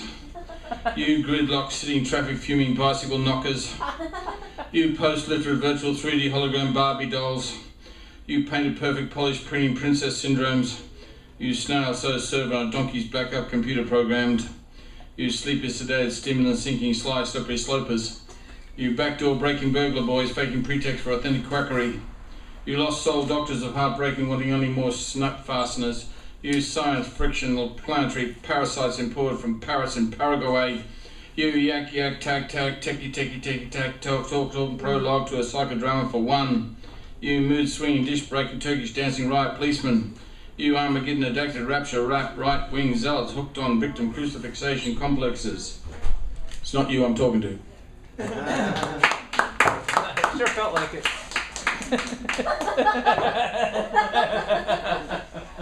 Wow. All right. So a couple of short ones. that I've written within the last like 24 hours. Oh, yeah. So it's like day-old meat. Still edible. Yup, still edible. Still jump in the dumpster for it. I did you wrong by being right. By being the man only I could be. I shattered your illusion, broke your mirror, rained the shards upon you, and still you say, I gave you diamonds after all. Oh, nice. Thank you, Thom.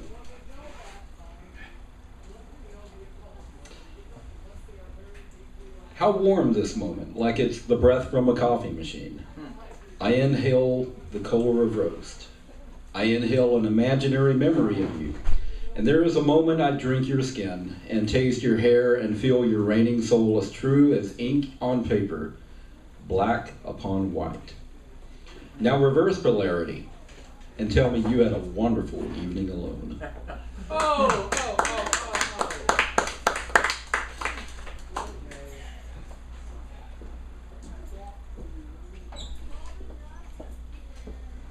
Thanks, man. I enjoyed that.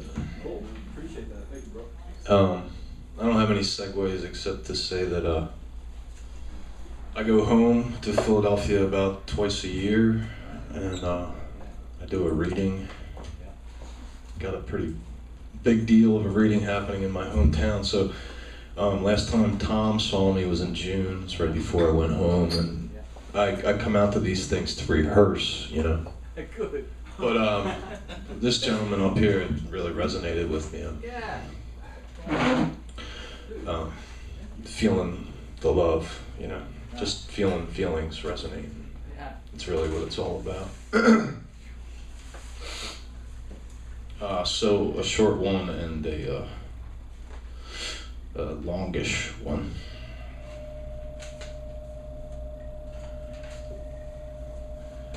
This is called You in Mind. I have a few different projects working, one of which is a book of poems, all written with someone in particular in mind. And she's not a lover, she's a friend and a guru, and they just keep piling up. So this is going to be in that collection. It's called You in Mind. It was getting tedious. Well, it was getting fucking impossible is what it was getting. I went out to get the mail and I thought I'd write with you in mind.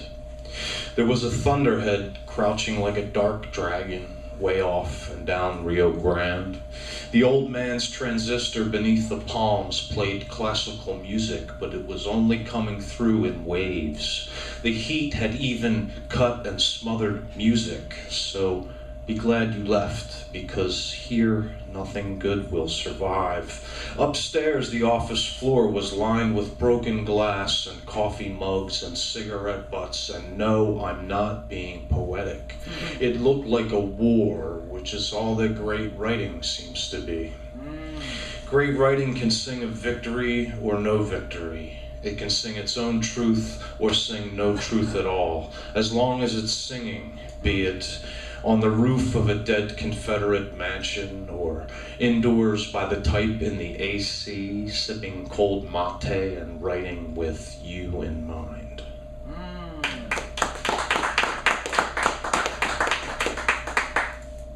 Thank you. Yeah, so I have a longer-ish one to read. Just a sec. This is called Me and Stu. It was rejected by Bastards and Whores magazine. Excellent. Rejection is everything. Well, it wasn't formally rejected. I submitted it, and then I checked the website, and they said we've shut the zine down. So fuck them. This is Me and Stu. What do you mean black magic?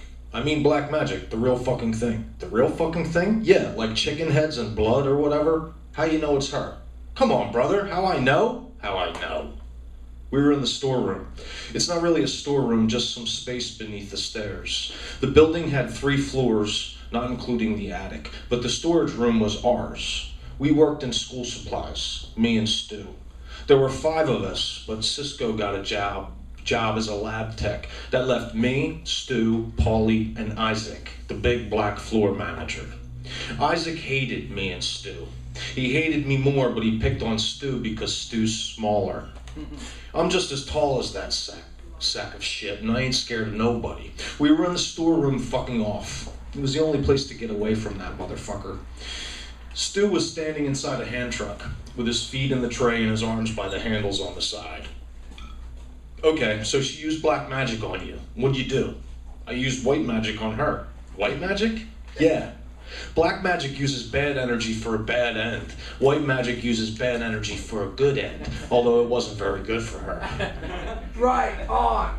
Word? Yeah. I drove all the way to Houston to shut her down. She was crawling up the wall like a fucking moth on fire by the time I was done with her. It wasn't good for her at all. Word. So what was it like?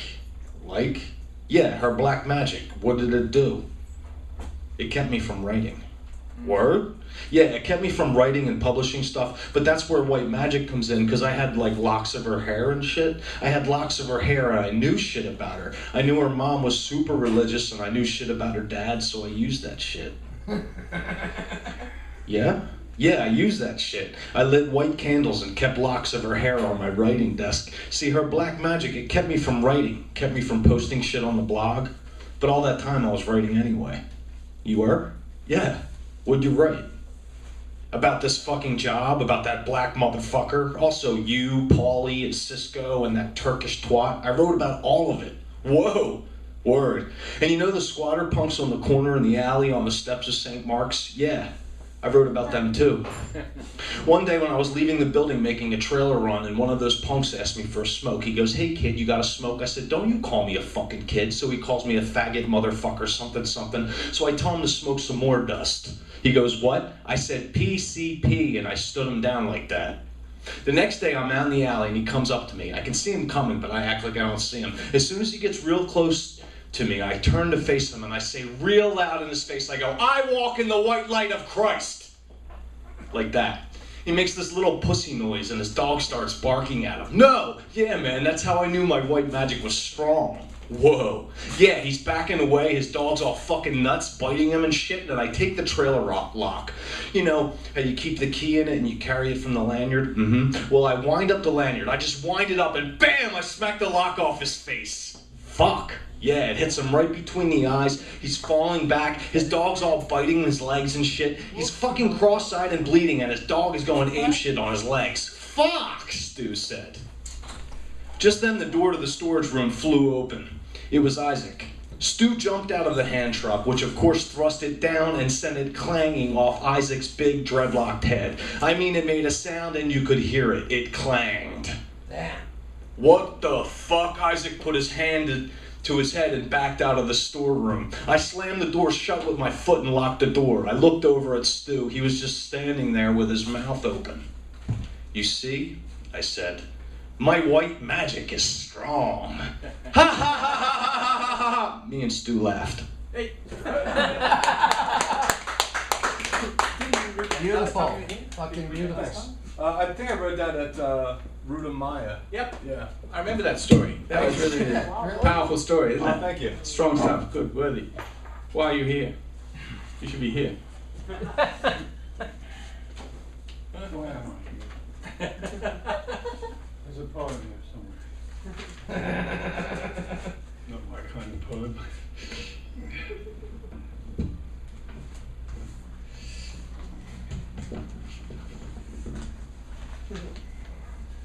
Something to do with the feet.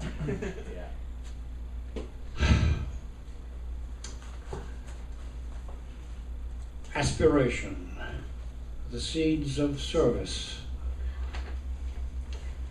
The seeds of service in the soul are sown, then in this grateful garden grown.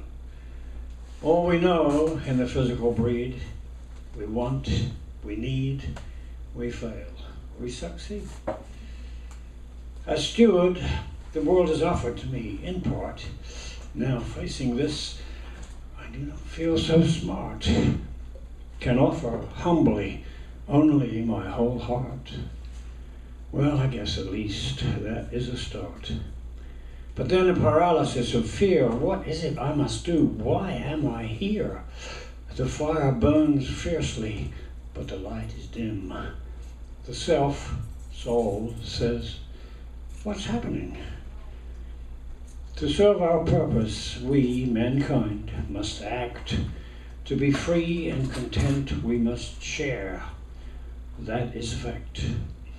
Then we'll eliminate false guilt and fear, and all our wants and needs will disappear. So let's work together, cooperate, or pretty soon it might be too late. The road has been rough, we've got off track, but He is come to guide us back. The better way, the better day is on its way. Have faith in new beginnings. Open hearts and open minds give access to a cosmos kind.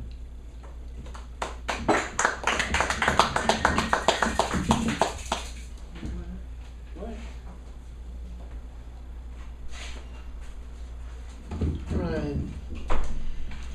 If you're on South Lamar on Tuesday nights, every Tuesday night except the first Tuesday night of the month, come to our open mic at Maria's Taco Express. They have the best tacos in town and the best poets, of course, and musicians in town as well.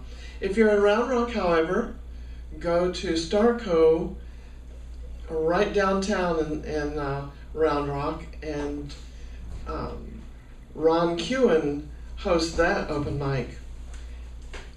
We both show up at the same events sometimes, and we often go to the New World Deli.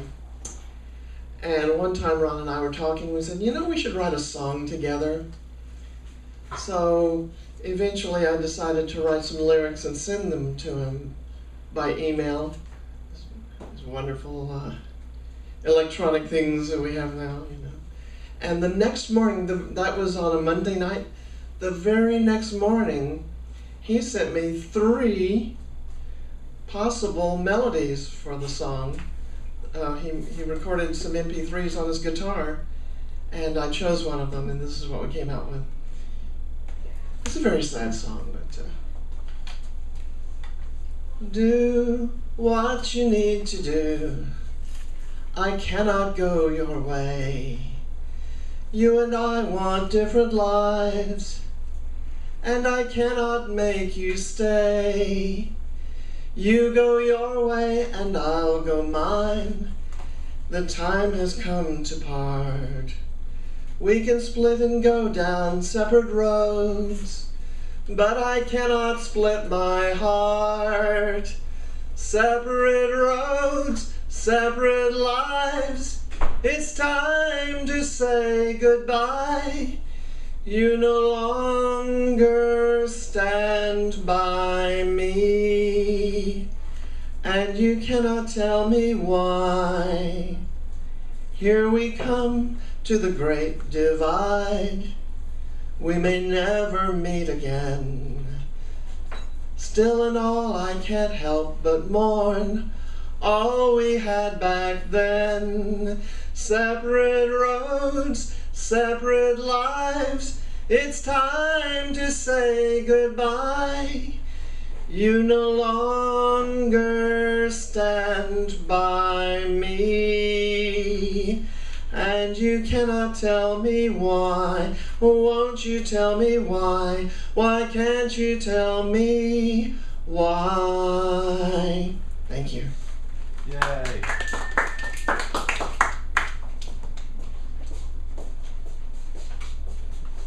Oh hell, I was going to go out and smoke a cigarette. You passed the mic. But instead I should babble something, yes? Yes. Yes, alright. Well, then we'll babble something old.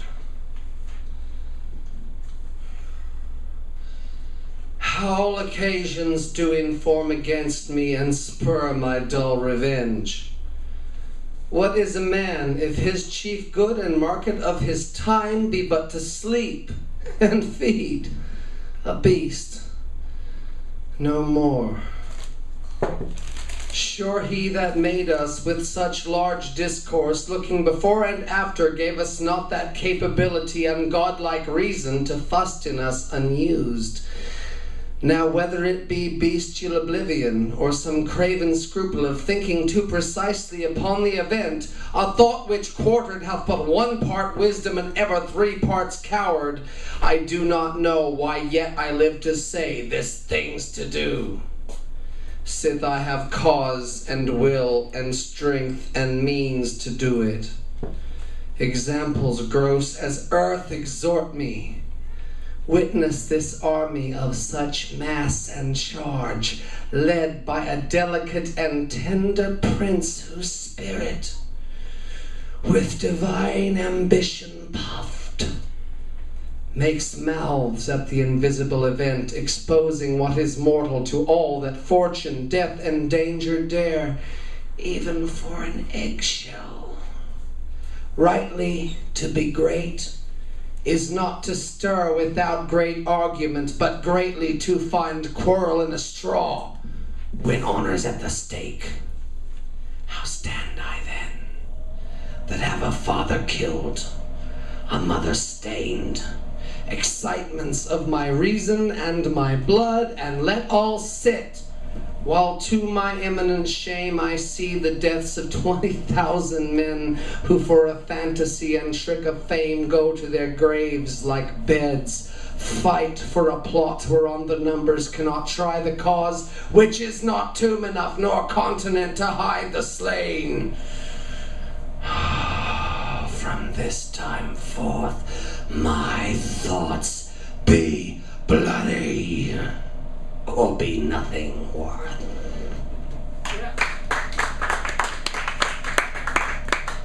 I smoke now. And elsewhere in the same play, Ah. to be or not to be, that is the question. Whether 'tis nobler in the mind to suffer the slings and arrows of outrageous fortune, or to take arms against a sea of troubles, and by opposing in them, to die, to sleep no more, and by a sleep to say we end the heartache, and the 1,000 natural shocks of flesh is heir to. 'Tis a consummation devoutly to be wished to die, to sleep perchance to dream. Aye, there's a rub, for in that sleep of death, what dreams may come, when we have shuffled off this mortal coil, must give us pause. There's a respect that makes calamity of so long a life. For who would bear the whips and scorns of time, the oppressor's wrong, the proud man's contumely, the insolence of office, the law's delay, and the spurns which patient merit of the unworthy takes, when he himself might his quietus make with a bare bodkin? Who would fardels bear to grunt and sweat under a weary life, but that the dread of something after death, the undiscovered country from whose bourne no traveller returns, puzzles the will, and makes us rather bear those ills we have, than fly to others that we know not of. Thus conscience does make cowards of us all, and thus the native hue of resolution is sickly lore, with a pale cast of thought, and to enterprises of great pith and moment with this regard their currents turn awry, and lose the name of action. Thank you.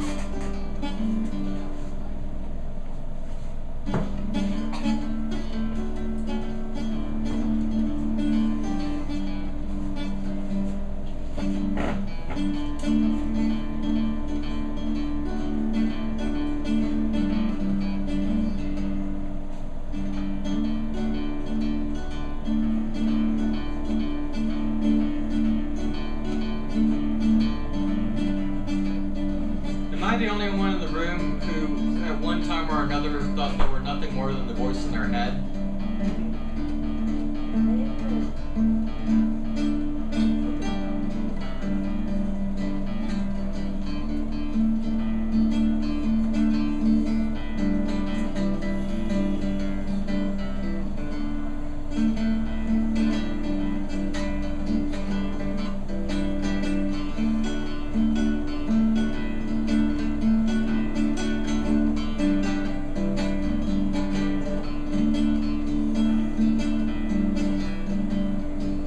My kids once that just a couple of days ago that, well, one, I've told them many times, I think Shakespeare's way wrong on that point. Sleeping is something I do better than almost anything else. So.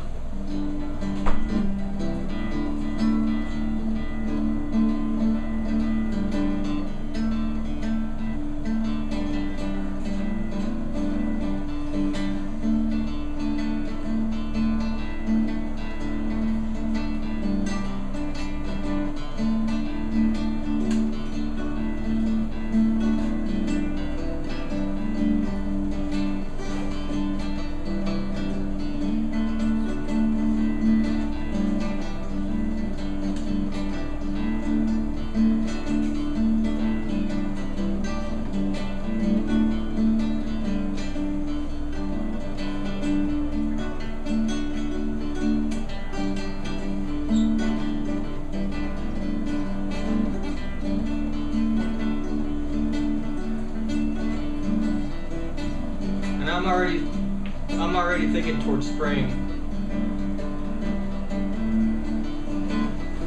When people are dancing at Igor's birthday party.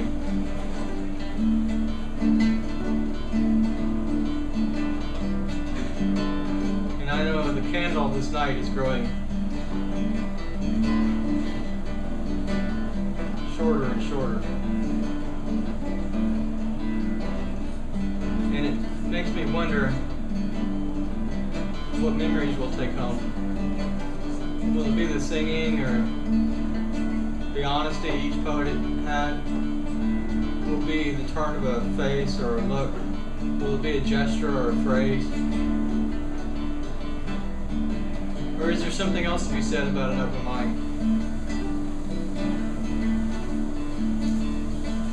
The companionship, the thing in the middle plays each one of us.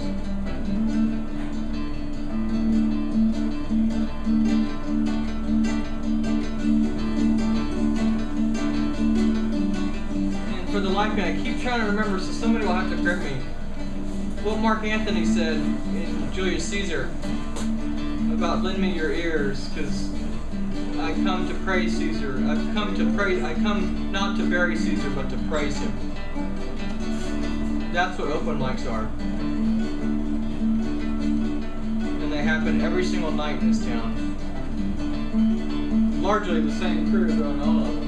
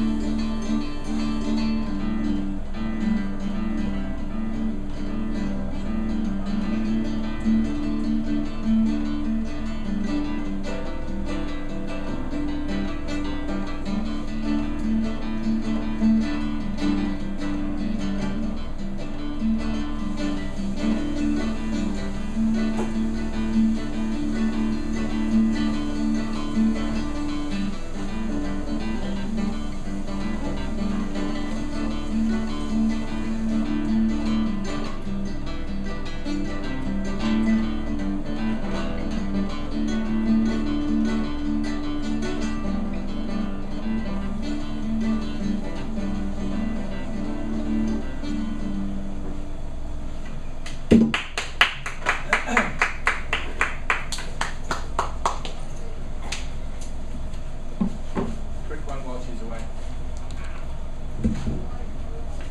New blinkings, gold grills, diet pills, handbag dogs, the colour pink, my car is me, MTV, fashion slave, industry, sunglass drunk, night hide shades, fight, deferred adjudication, on probation, moving violation, parole breaking, crims, crips, blood kiss, gang goons, cartoons, you do that hood that looks so selfie, I book.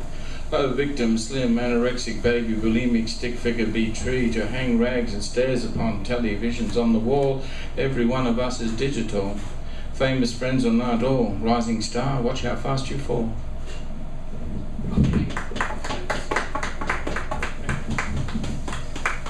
Oh! Why are you worried, white man? Looks funny. Yeah, it was. Hey.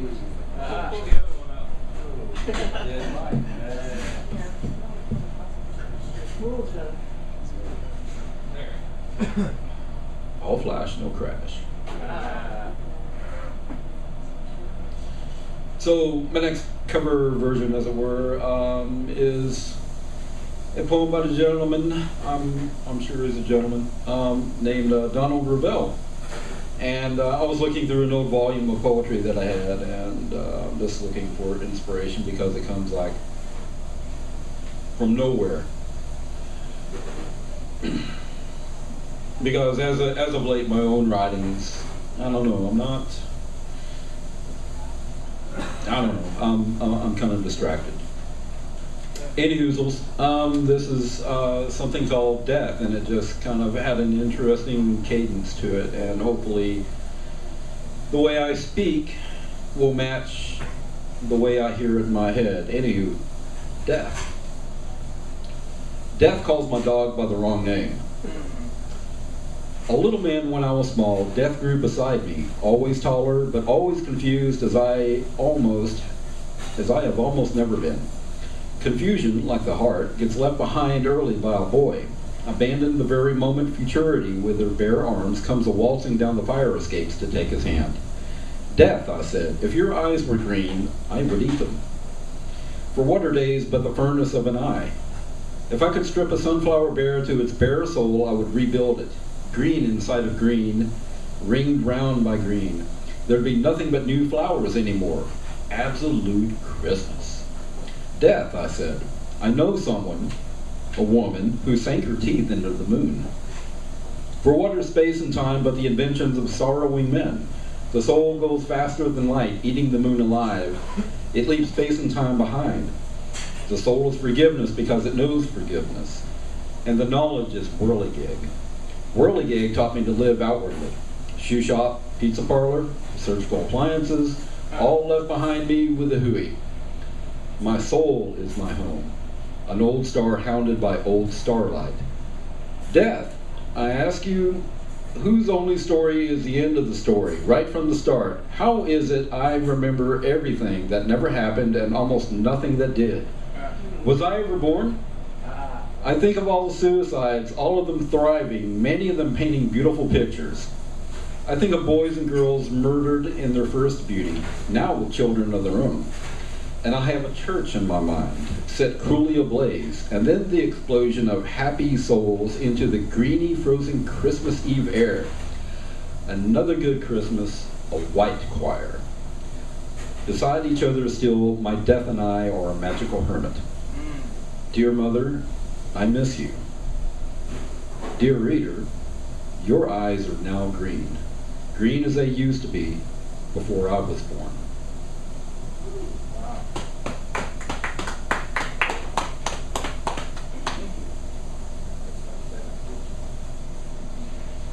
I rather like that, and I hadn't noticed that when you did it. That's good. Yeah. One thing good about this outfit is normally the winter in Florida, so it doesn't get that cold, and I'm freezing my butt off. Man, you ever seen Franklin shiver? Shoot. This poem is about abuse, and abuse is an abomination. And I write about the awful subject a lot of times to make people aware that once you created the illusion or whatever, once it's recorded, you can't ever take it back. That you're better off to go ahead and go somewhere and vent.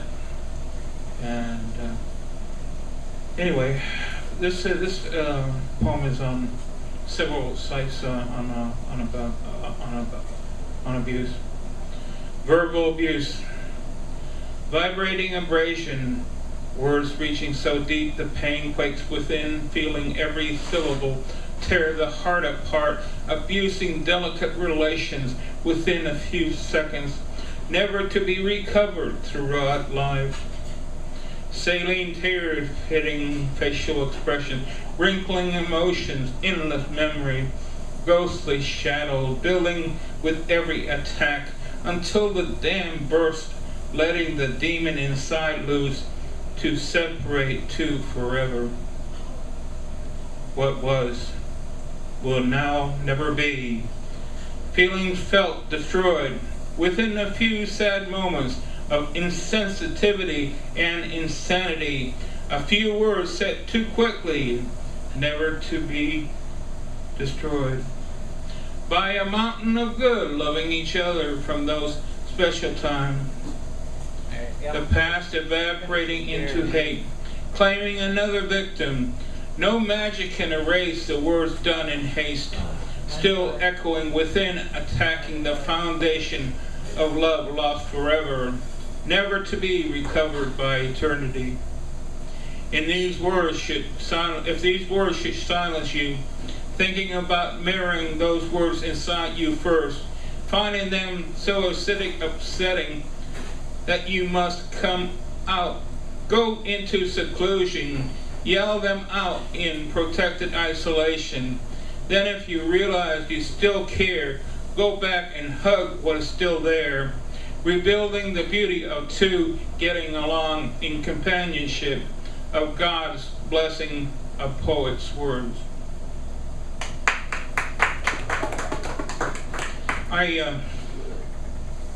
I'm blessed to have so many poets, friends in town here, and everywhere I go, I'm always learning. And it's just like I go to Nashville and I learn from the songwriters there, and I love poetry. I bow to you. You're the reason why I write.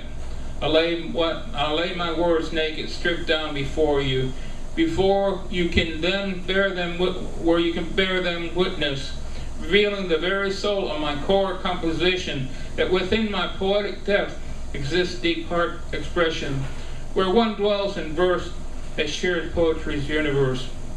O poets and poetesses, dwell in my heart the verse that sings a light heartbeats, dancing adrift soft sensual words that alliterates alive love lyrics, sailing among romantic tenses in those touches of vibrating quill, feathering languages into friction fruition, within static motion of aroused germination. Blossom pure in ecstatic emotion elocution. Oh, lift this heart with your spirit. They say if you can build a dream, that readers will come to the poet. So upon this stage, I show my appreciation to everyone out there in the audience that shares my dream in making poetry become whole. Thank you for being my poetic family. Thank you.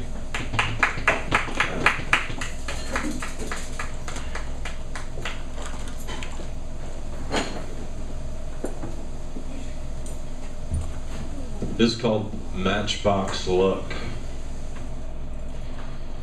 Always with these tiny talismans and totems, superstitious line of defense against the impossibility of this life.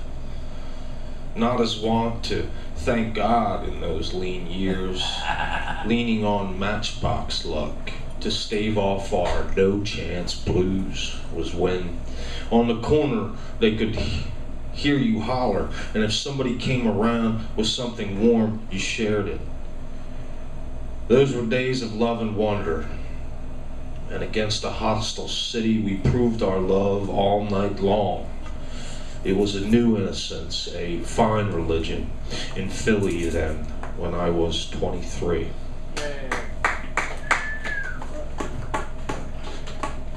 Thank you.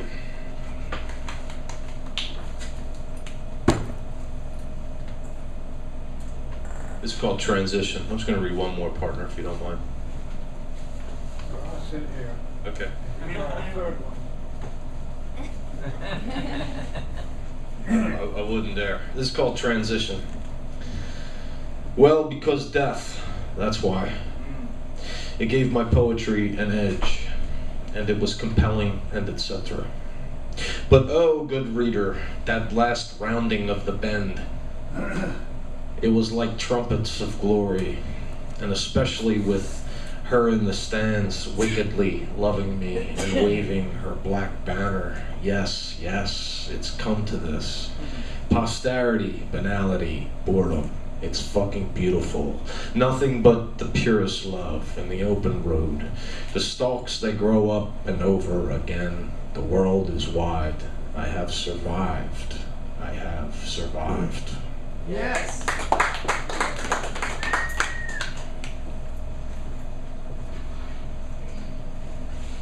And what's in front of you? Make sure you don't go. Well, that's okay. Yeah. As long as I'm He's up doing there. it. He's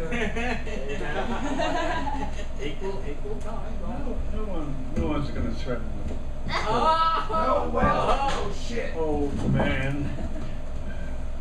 Strange and weird habits. He's What one of the the people hell I am I actually doing completely here? listen to. Okay, start listening. Crowd of people and even appreciate Shakespeare. Who incidentally stole a lot of my stuff. Mea culpa, mea culpa, mea culpa. If anybody was there, you Yeah, can prove that that's not true. Yeah. Hello. Maybe we did, darling. Right, settle down, all of you. I'm going to read a poem. 127 stanzas, each 4 lines. So make sure you're comfortable. It's called Time, the Riddler. Don't you think that's a gorgeous line in poetry? Time, the Riddler. That's a wonderful line. Sure. Looking back as the body ages, along the way sometimes courageous, when strength and passion turned my pages, when love and bonding were my wages. Life goes on, the body grows old, while the soul is golden attitude, in silence, sensing life unfold, in ecstasy of gratitude. Just meat and bones, not self that's aging. That's aging. Not some kind of war I'm waging. No, keep an eye on where we're going. No war, just thankful for the growing. Life goes on with or without me. Lonely darkness draped about me. Chilly silence stirs the breeze. Chilly blows the scent of freeze.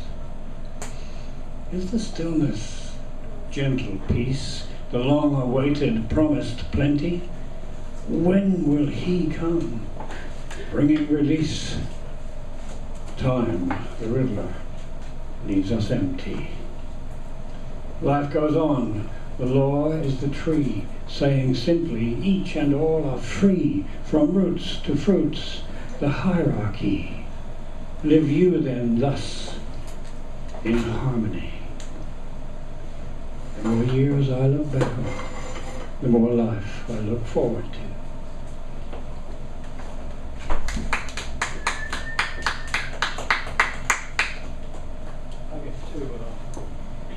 Okay, that may be my favorite line ever. And all the years I look back on, all the more I look forward to. That completely kicks ass. You got it wrong. Well, the idea still sounds solid and it completely kicks ass. Okay, what am I gonna do? I have about 4 ideas. I could babble something incoherent. Okay, you want me to do that? Okay, I'll do that. The Tempest Act 5, Scene 1. Ye elves of hills, brooks, standing lakes and groves, and ye that on the sands with printless foot do chase the ebbing Neptune and do fly him when he comes back. You dimmy puppets that by moonshine do the green sour ringlets make, whereof the ewe not bites. And ye whose pastime is to make midnight mushrooms, to rejoice and hear the solemn curfew, by whose aid, weak masters though ye be, I have bedimmed the noontide sun, called forth the mutinous winds, and twixt the green sea and the azure vault set roaring war. By the dread rattling thunder have I given fire, and rifted Jove's stout oak from his own bolt. By the strong-based promontory have I made shake, and by the spurs plucked up the pine and cedar. Graves at my command have waked their sleepers, oaked, and led them forth by my so potent art.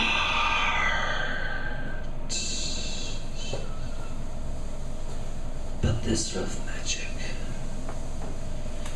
I here abjure,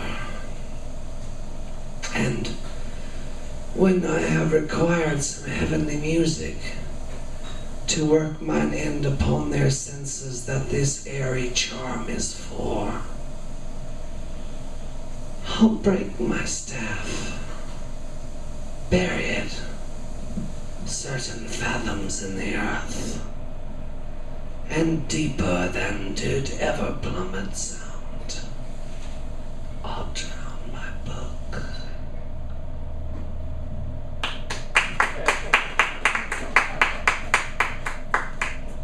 I call Scott Thin Buddha because he is a path of giving it all away. So this is. Once we were all slim, tin, tiny before ballooning, bulimic or anxious anorexic emotions of her eating full belly Buddha. Angus, it is also cancer, aloneness wanting to transform so very much. Island blob to fashion mod, yet these stick figure heroine chick models seem sad, pale, wan, angry, aloof. Mask face with winter eyes, who to be? Santa Claus hearty? Laurel and Hardy? Ho ho ho happy? Hamburger helper? Or the full McDonald's clan? Morbidly obese or even mildly violating BMI? Wobble like heart monitors and weigh decisions. Will I devour more than I need or wait for diabetes? Cold front. Emotional, chill, cool to freeze, she spray-panned me into silences. Numb, dumb, I withdrew within, blizzards of criticism swirled around me. She, central storm, warning vortex, perhaps she was calm, scented hurricane. I felt flash flood, flushed away, slow body Ganges. Flare-ups like Viking funerals burn all my boats. Ceremony demands sacrifice. A firm ascent become the victim of free will. She chills with distance, my heart pulses warmer blood in a F1. Round we pulse, slow yet not snowed under. Worse of the weather she does not know. Outbreak of optimism at open mics. Irrational exuberance. Laughter heard at storytelling circles. Notes of music being printed on 3D machines and are infiltrating our common dreams. Innocent folk in Austin are laughing in airports and other prohibited zones. Schools, factories on assembly lines, chuckles and guffaws. At graduation ceremonies, jokes with no punchlines. Jobs? Well, he had one, but he had to make it himself. Soon, comedy will be reclaimed from corporate lunches and defensive driving courses. Right now, Lee Poe is pointing to the sun's poles, reversing next week in a cyclic dance, pointing and laughing and saying, "I told you so." There's no such thing as supernatural. What's the song? I don't know. I don't get Okay, a few months ago I wrote some hopeful poems about the future, but I always had to put a little, I don't know why, I just had to put a little caution in it. Why do you think, really? Maybe there will be peace in the Middle East someday, I actually want to read. and maybe Congress will get together and pass laws. There's a couple of things I'm hoping for in the far distant future. It's okay. Things work Easy out peace, Jerusalem as still as Ulster, both once powder kegs. The halls of Congress filled with collegial chatter now. Lions lie down with lambs, though nervous bleating begs. Why does Big Cat lick my brow? Thank you. See, that was the lamb bleating. This is a murder ballad. It's actually the first song in my musical chanteuse. Davy Carey took a wife as easy as you please, and by the pond he took her life and lay her 'neath the trees. Oh Davy, why'd you do this deed, your lovely bride to slay, and bring to end her 16 years upon her wedding day? The law will be upon you now, you'll hang for what you've done, your body twisting in the breeze and drying in the sun. I know not why I took her life, she was my treasury, but once so pure upon this earth was never meant to be. The father of Davy's bride, he found her where she lay. In sorrow he vowed to ride till Davy was at bay. Said he, she was my pride and joy, I warned her not to wed, nor take up with that Carey boy, and now she's lying dead. The father ran our Davy down a clearing in the trees, a noose made he of the wedding gown, hanged Davy in the breeze. So Davy Carey met his end, his hasty crime to pay. He wed and killed, was caught and hanged, all on his wedding day. Thank you.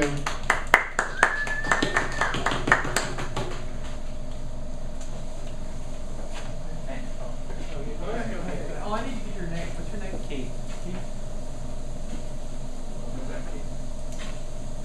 So I haven't had anything. I haven't been up here much tonight, only once, because I haven't been writing. I've been working a lot. I'm an engineer. I've been very busy. But I do have some things to say, and I was trying to figure out like something kind of an ongoing theme to me that I've been seeing everywhere. It's been kind of getting to me. Is this how people use beliefs and how people dismiss facts, and it really it's really a problem, because and it's everywhere I see, it's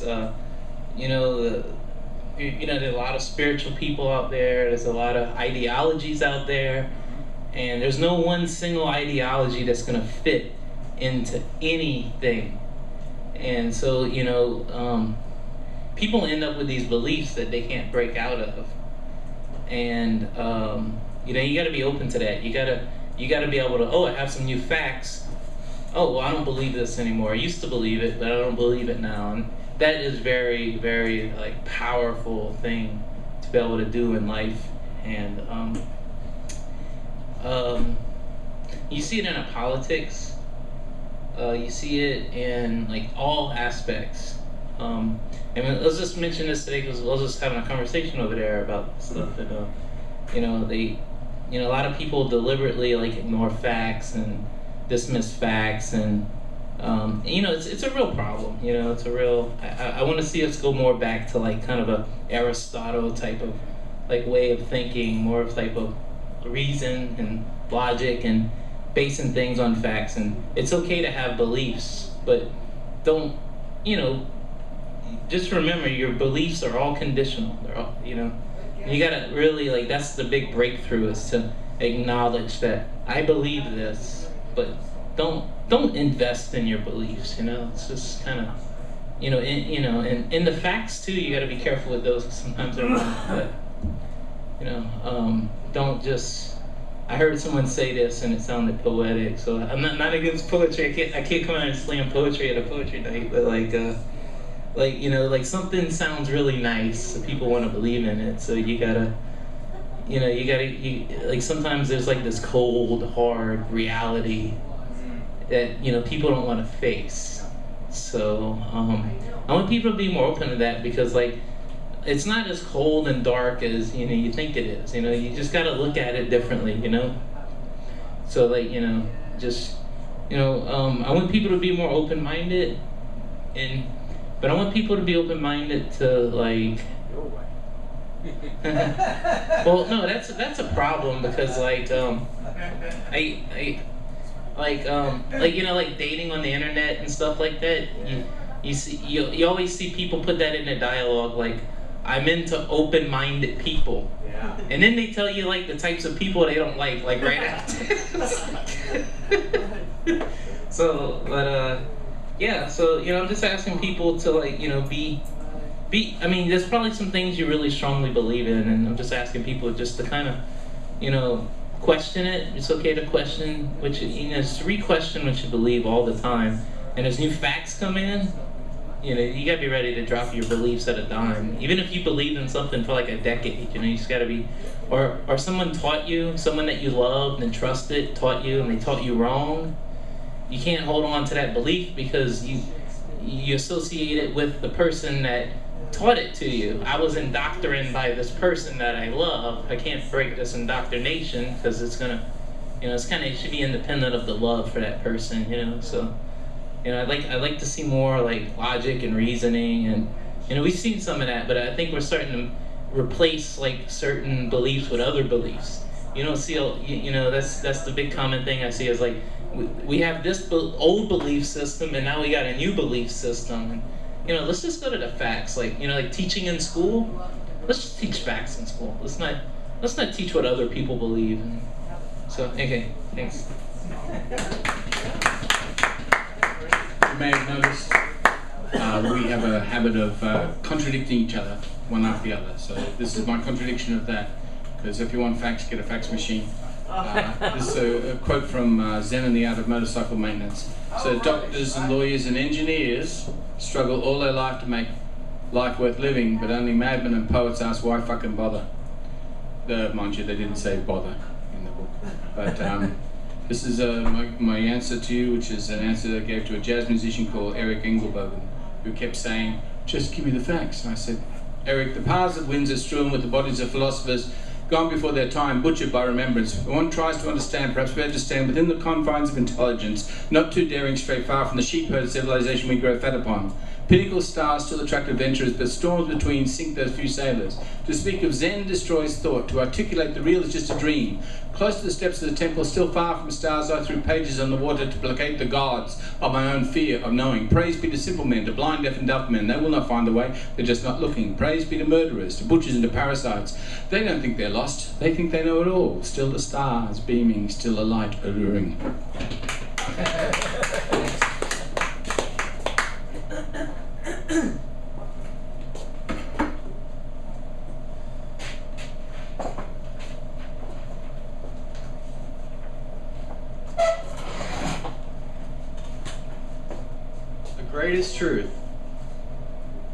The greatest truth you will ever know.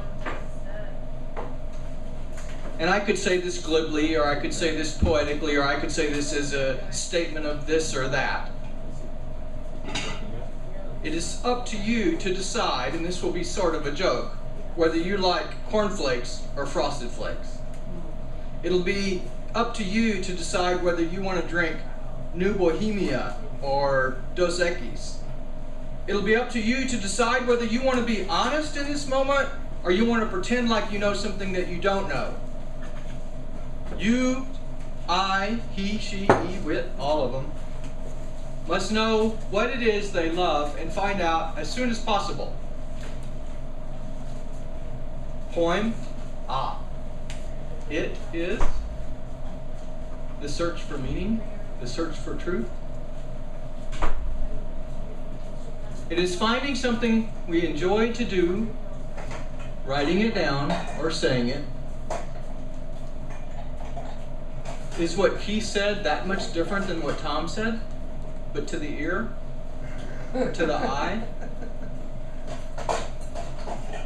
It's a sound. It's a sound that you feel when you put your heart on your chest. I like to hear poets speak fresh. As new as a bud coming off a rosebud plant. Every instant something new is being created and coming out of it, and every instant something else is blossoming and growing from that moment. Fresh. That's her songs. Thank you.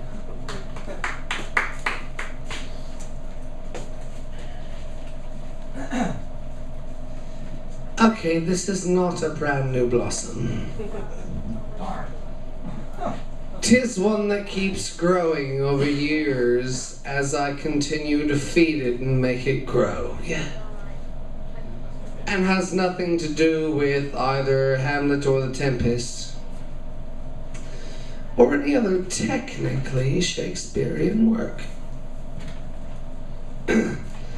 I wrote this song on mushrooms about 4 years ago, kind of figuring all the things I needed to accomplish this work. And here it is. I need a witness, I need a jury, I need wealth and wickedness, power and glory. I need a doctor, and I need a dream. I need a queen of spades with the keenest blades this world has ever seen. I need her nectar, her water of life. I need the patience and the faith to be a good woman's wife. I need a warrior with a strong right hand to defend my delicate frame in infidel lands. I need a mantra, I need a story, I need love and lusciousness, power and glory. I need a cigarette, and I've got a flame. I need a girl to steal my heart and scream my name.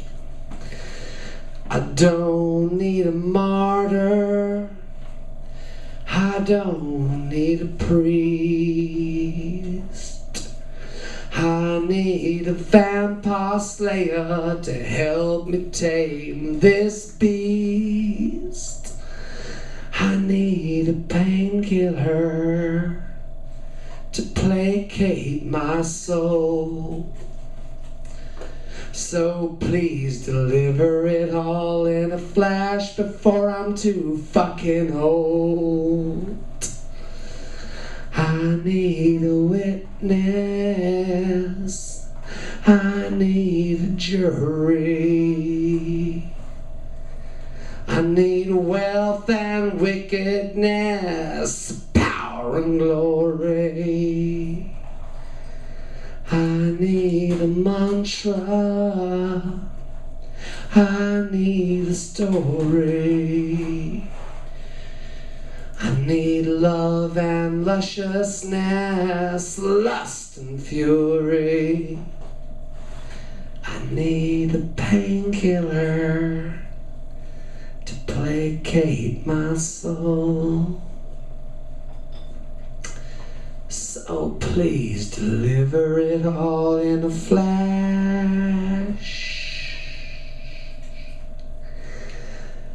before I'm too fucking old.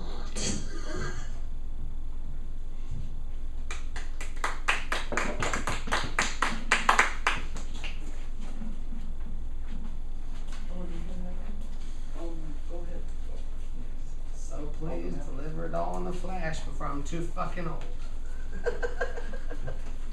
Okay, this is a song and poem sandwich. Two protest songs from my musical Chanteuse,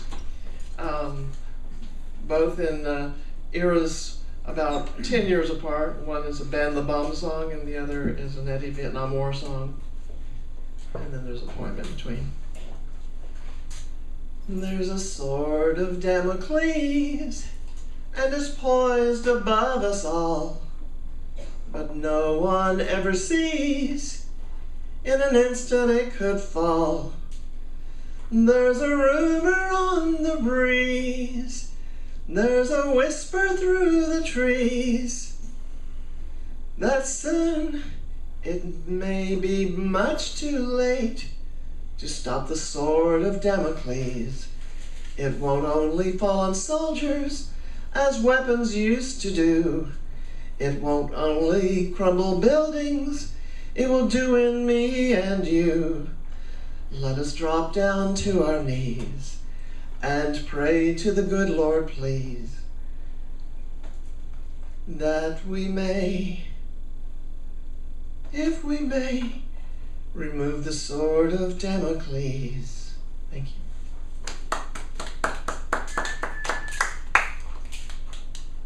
Looking back, thank you. Thank you for the whistles. Even from before the start, we all knew right from wrong. The choice was before our eyes, it was there all along. We picked dumb self-righteousness, we chose pride and power, and we squandered precious time and love until the final hour. The Neanderthals of old to date have lasted twice our run. They survived a harsher age than our time in the sun. For so long we lost our way into war and greed and debt.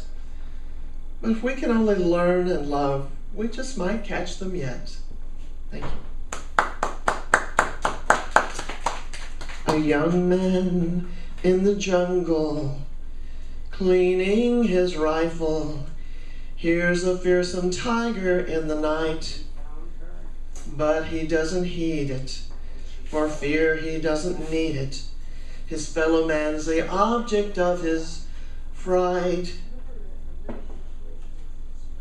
Why is he there? Please tell me why he's there.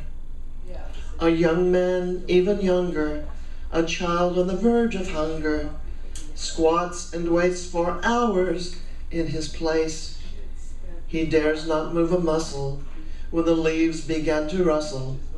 A child's lifetime of war shows on his face. Why is he there? Please tell me why he's there. Our young men face each other, and each must kill his brother, for someone far away has so decreed. The jungle floor is muddy, and soon it will turn bloody, just to satisfy a nation's greed. Why are they there? Please tell me why they're there. One young man lies dying, soon his mother will be crying, when some official stranger bears the news. But is he theirs or ours, whose mother lays the flowers? In the sight of God, does it really matter whose? Why are we there? Please tell me why we're there. Why are we there? Please tell me why we're there. Thank you.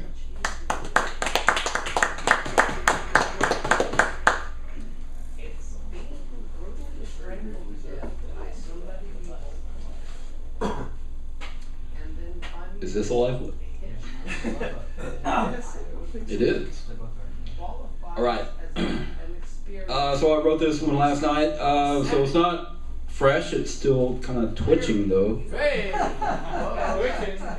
Yes. Distant you are. So unsure. Maybe you're measuring barricades, walls of spider webbing shimmering like snow, and you look at the falling stars and smile. Turn away chuckling into your shoulder, or a book you poured over between blasts of selfish anger, the same that I daily have to fend off. And sitting here in the cozy open spaces folks like you and I might scarcely mingle in, I wonder if you would be comfortable in such Spartan surroundings, with no distractions but human interaction. Secondhand furniture and rivulets of smoke gathering into a fog overhead. If you might browse the bookshelves, or scratch the dude behind his perky ears, and feel the same waves of the sun that I do when I sit and think of you. Oh yeah, yeah. And just a brief thought, even though I may think that most of what I write is crap, I was kind of happy about what I wrote next. No, phone, don't do that to me, man. No, phone, don't do that to me, man. Darn devices. That newfangled technology, man. Hey, man, talking about dang old. Getting in touch with my inner boomhauer. Where is? Oh. There it is. Oh. There it is. Okay. So I actually wrote this a couple of days ago and posted it on my Facebook page, and I think it's the most coherent thing I've written in at least a week. I think every poet who picks up a pen and gives thought to the emotional and mental tangle we all experience has a certain wisdom that is as valid as that of any philosopher or scientist. That is a wisdom that scares those who have an imaginary stake in the game because it comes out of nowhere, incites individual thought, and has the power to touch people in such a way that it truly awakens them. I'm going to enjoy this cold weather outside and have a cigarette. Thanks so much, y'all.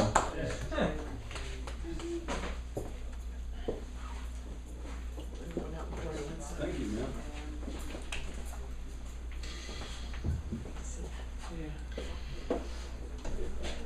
He said he never heard you laugh the way you laughed with me.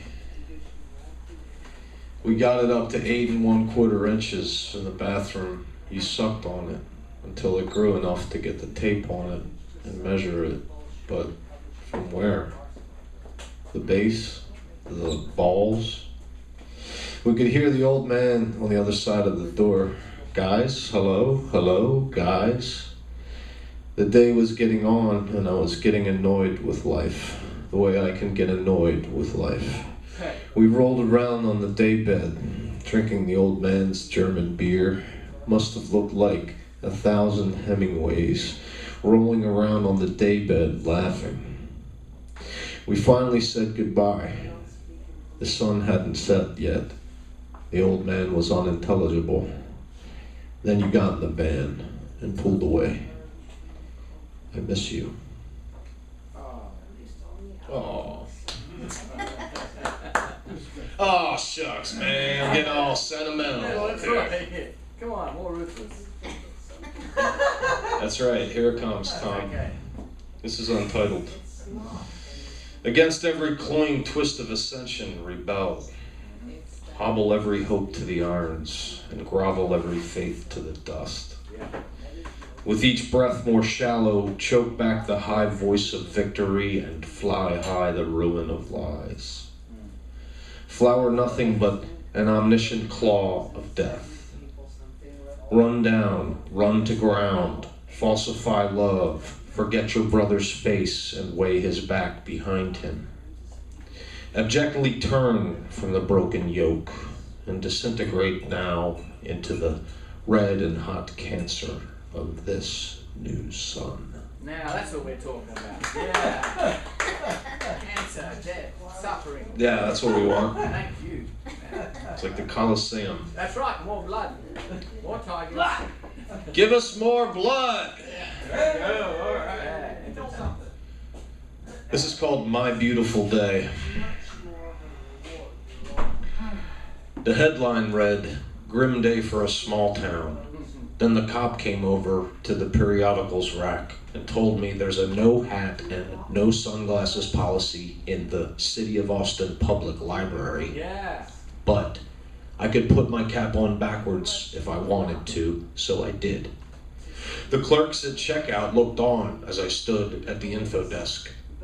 I stood there for minutes until it was obvious I was doing something wrong. I picked up the info desk sign, flipped it around. It read, "Info desk closed, please go to 2nd floor, City of Austin Public Library." So I went up, asked her, "Do you have The Days Run Away Like Wild Horses Over the Hills by Charles Bukowski?" I got the book, went back downstairs, and the clerk at checkout told me I'd have to pay $60 in overdue fees. But if I still had the overdue book, I could bring it back and they wouldn't have to fill out all that paperwork. I would have paid the $60, but I didn't want to be a bother. I went back up to the 2nd floor to the copiers, but I had no cash. So I went back down past the clerks at checkout, past the smiling cop, and out onto the street. I passed the Holken courthouse, stood, waited, and crossed. The ATM took $2 of my money, and my bank took $3. I walked back into the City of Austin Public Library, turned my cap around, past the clerks at checkout, back up to the 2nd floor, and grabbed the book. The copy card dispenser took my dollar, gave me 40 cents. I made 2 copies, went back down, and I was back out on the street. Then I bought 2 roses from Billy on the corner. Billy's half blind, terribly overweight, and an amputee. Thanks, Billy. No one's got a right to any king pain. We all do our own suffering, or we find a way to make someone else pay. Be careful, Billy says behind me as I walk into the sun.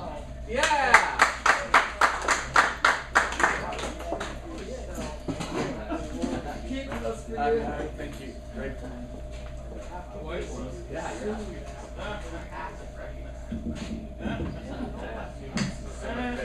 What's from the white day? Yes. Change color, nothing. It's not yellow. Which part of like part of my set? 3 pairs for $5. I like my garlic trees. Good about the color, the pricing is really interesting. All are one divinity. Take a silent time each day. Do not be denied. Just to meditate and pray and find peace inside. We will be heard and shown the road. Walk beside the guide along the way to home and God. The path is firm and wide. Closer now to spirit be. Say, I am the soul. All are one divinity. All will be healed and whole. Each step leads to God and home. Our staff of truth is stout. Belief is power to overcome the weaker strength of doubt. From morning's earliest waking hour, though cold the earth, damp the air, divas with us give us power and stay beside us everywhere. Then carry us on wings of light, help us through dark hours of night, in vigil, patient without end, to cleanse, recover, start again. I kept thinking Huffstickler wrote it. Do you read one that Huffstickler says sounds like that? A lot of it sounds like that. Take a moment, try a moment and say goodbye. Liars, all of you.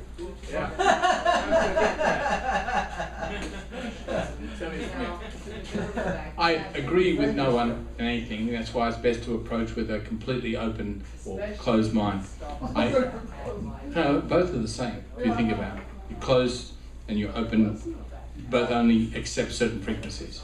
But the point of the openness, of course, is that the reception is as important as the signal. So the gift that you've given of active listening is itself a textured poem worthy of the evening. Go on. That's Sylvie. She's a wonderful artist. Okay. Are you talking about the period exchange? Energy exchange. The last thing I said on this last one Yeah. was, oh, by the way, I go to read poetry with Thom, the world poet. Yeah. I do tell my story. Yep. It really helps. Good. It's a Facebook conversation. Yeah. Getting rid of your inner anger by sharing. I said, you know, I like to hear all opinions. Yeah. Good. Okay, I'm trying. I like this one so much. I think I've read it before, but anyway. It's called Upside Down. I've been upside down, buried under piles of fur, shed by ancient cats. When the sun rises, I crawl in, under, hide, sleep. Till meows in darkness tap me on the back, saying, wake up, wake up. We are the meowers of modern times, the guardians of your mind, and we demand your attention. The moonlight keeps me company, the meows grate on me, reminding I am alive. The backward cycle strokes my mind as the future flows through my fingertips, smacking loudly against the history of queens, insane, beheaded, with no king to guard the castle. So it is, I am, around, and always upside down.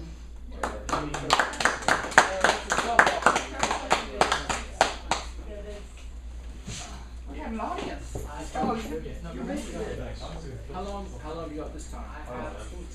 I mean, not that long. Tomorrow night kickback is good. I wrote the drama. Thanks for having me, everybody. Yeah, thanks for being here. My name is Jim Trainer. It's here for our fearless leader, I ain't no leader. He's a good Spirit Thom over here. He's the commissioner. He's not the leader. He's the commissioner. That song only means everything there in your hometown, in the way your parents would swoon back when they were in love and the Jersey Shore was a careless and magic place. Go ahead, pull over here at the drugstore and hear that song again. After all these years, and still you'll feel America. Smothered in narcotic out there in the wild fields, while you stand at the pump, fill her up, and get back in your car. 24. Fat man on a stool grinding out a backwoods before he gets up and waddles down the row. I slump down and pull my hat down low. There's every kind of crazy in this line, and every kind of drunk. Cracked up, stinky, hard luck men in the hard luck morning, in line in front of me and behind, in the lobby of Labor Ready, San Rafael, 1999. Outside, the pewter fog waits to take our silhouette and make phantom the dreams of the loveless and free. Coffee's hot and putrid in here. Come on, fat man, pick me. Please don't pick me. I got one more. I know I've been kind of gluttonous up here, but thank you. This is called X. Maybe this was what you meant. Leaving the barbershop, staring into the rockabilly skyline. Aftershave in the hot afternoon, lighting one up and heading down the good road. The city opens before me like a lotus. I'm calm and easy and heading out on tour in the fall. You were right. I'm happy now. Oh, yeah. Yeah, finally. Somebody's happy, yay! It's a shock, isn't it?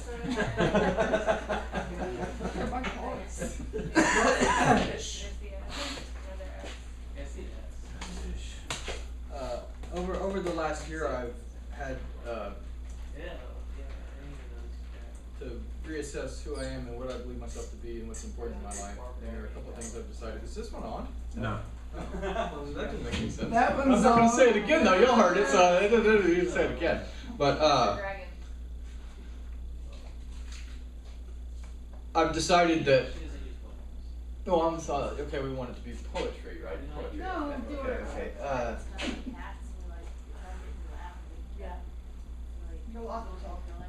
there are a few things, perhaps even less than I could count on one or two hands, that I will never do. I will never forsake my children. I will never forsake my unabiding love for all people and all things, sentient and non. And the one in this particular moment, I will never, ever recant my pacifism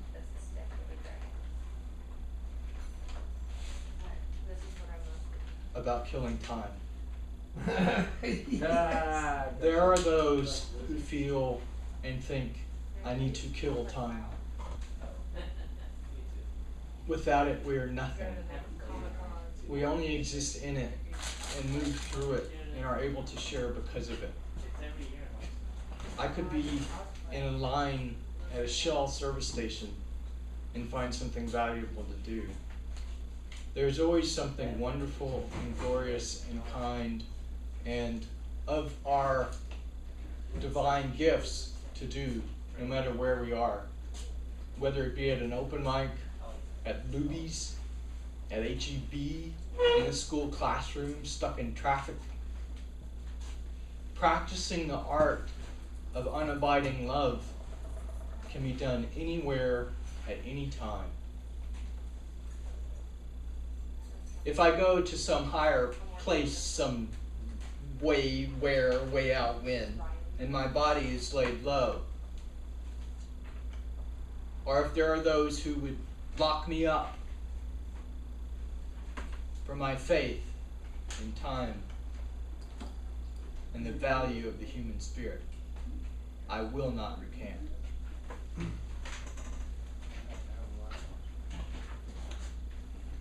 The 3 hours, and I don't know how close we're getting, but the 3 hours we spent tonight are memories that could last us forever.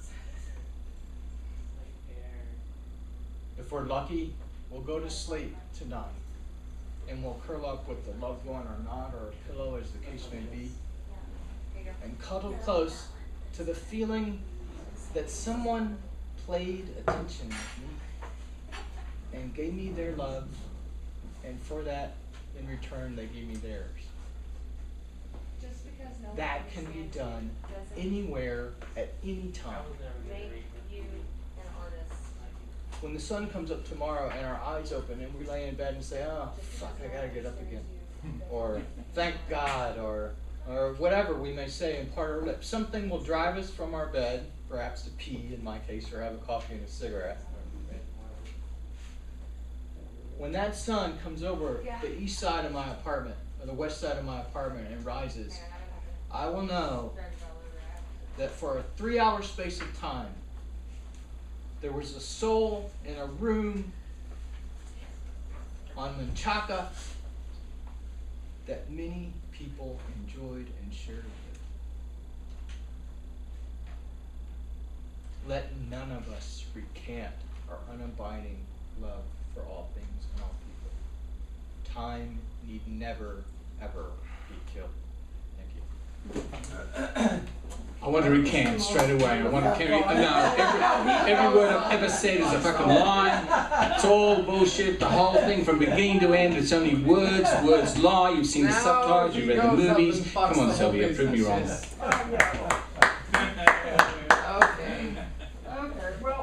First of all, I have to say I've killed a lot of time, and I wished a lot of time was there, and that's because I have had a lot of experience with depression. And if you haven't never been there, then you don't know. It's horrible though. It's not good. It's better to, do something with the time. You can get out of bed. Anyway, this is a manic poem.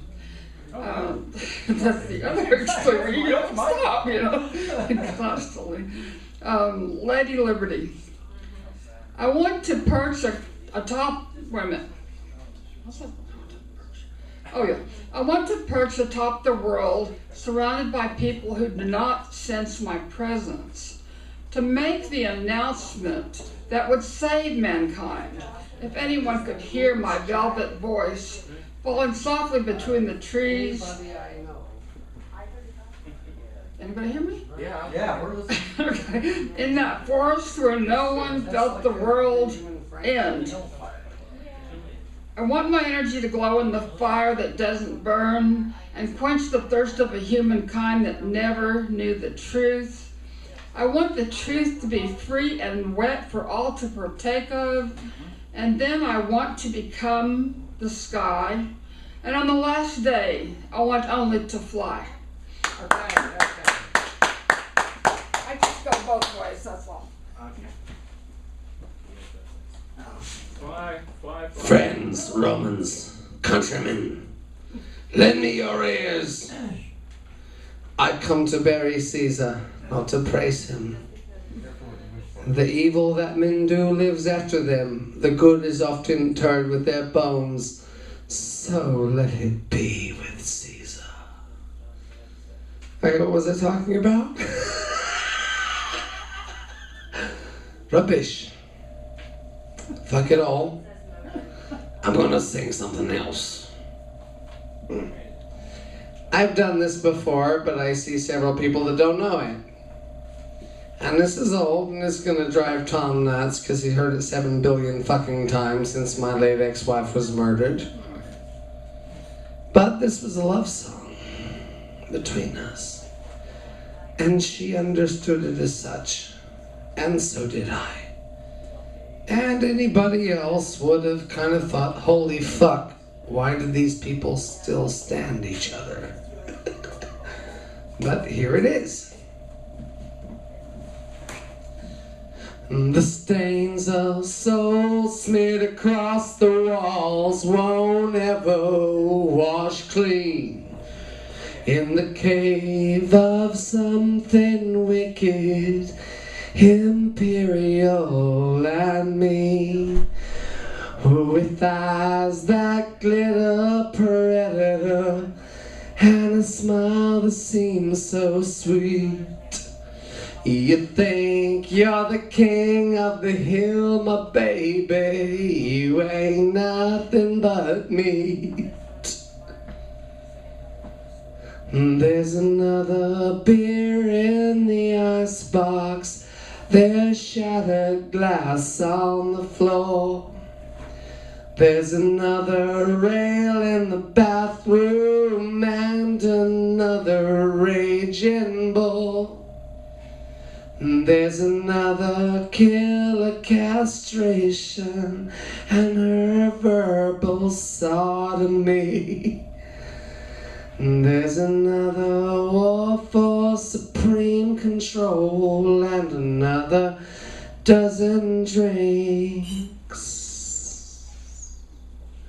So I tried to put you behind me, but I missed your face, my dear.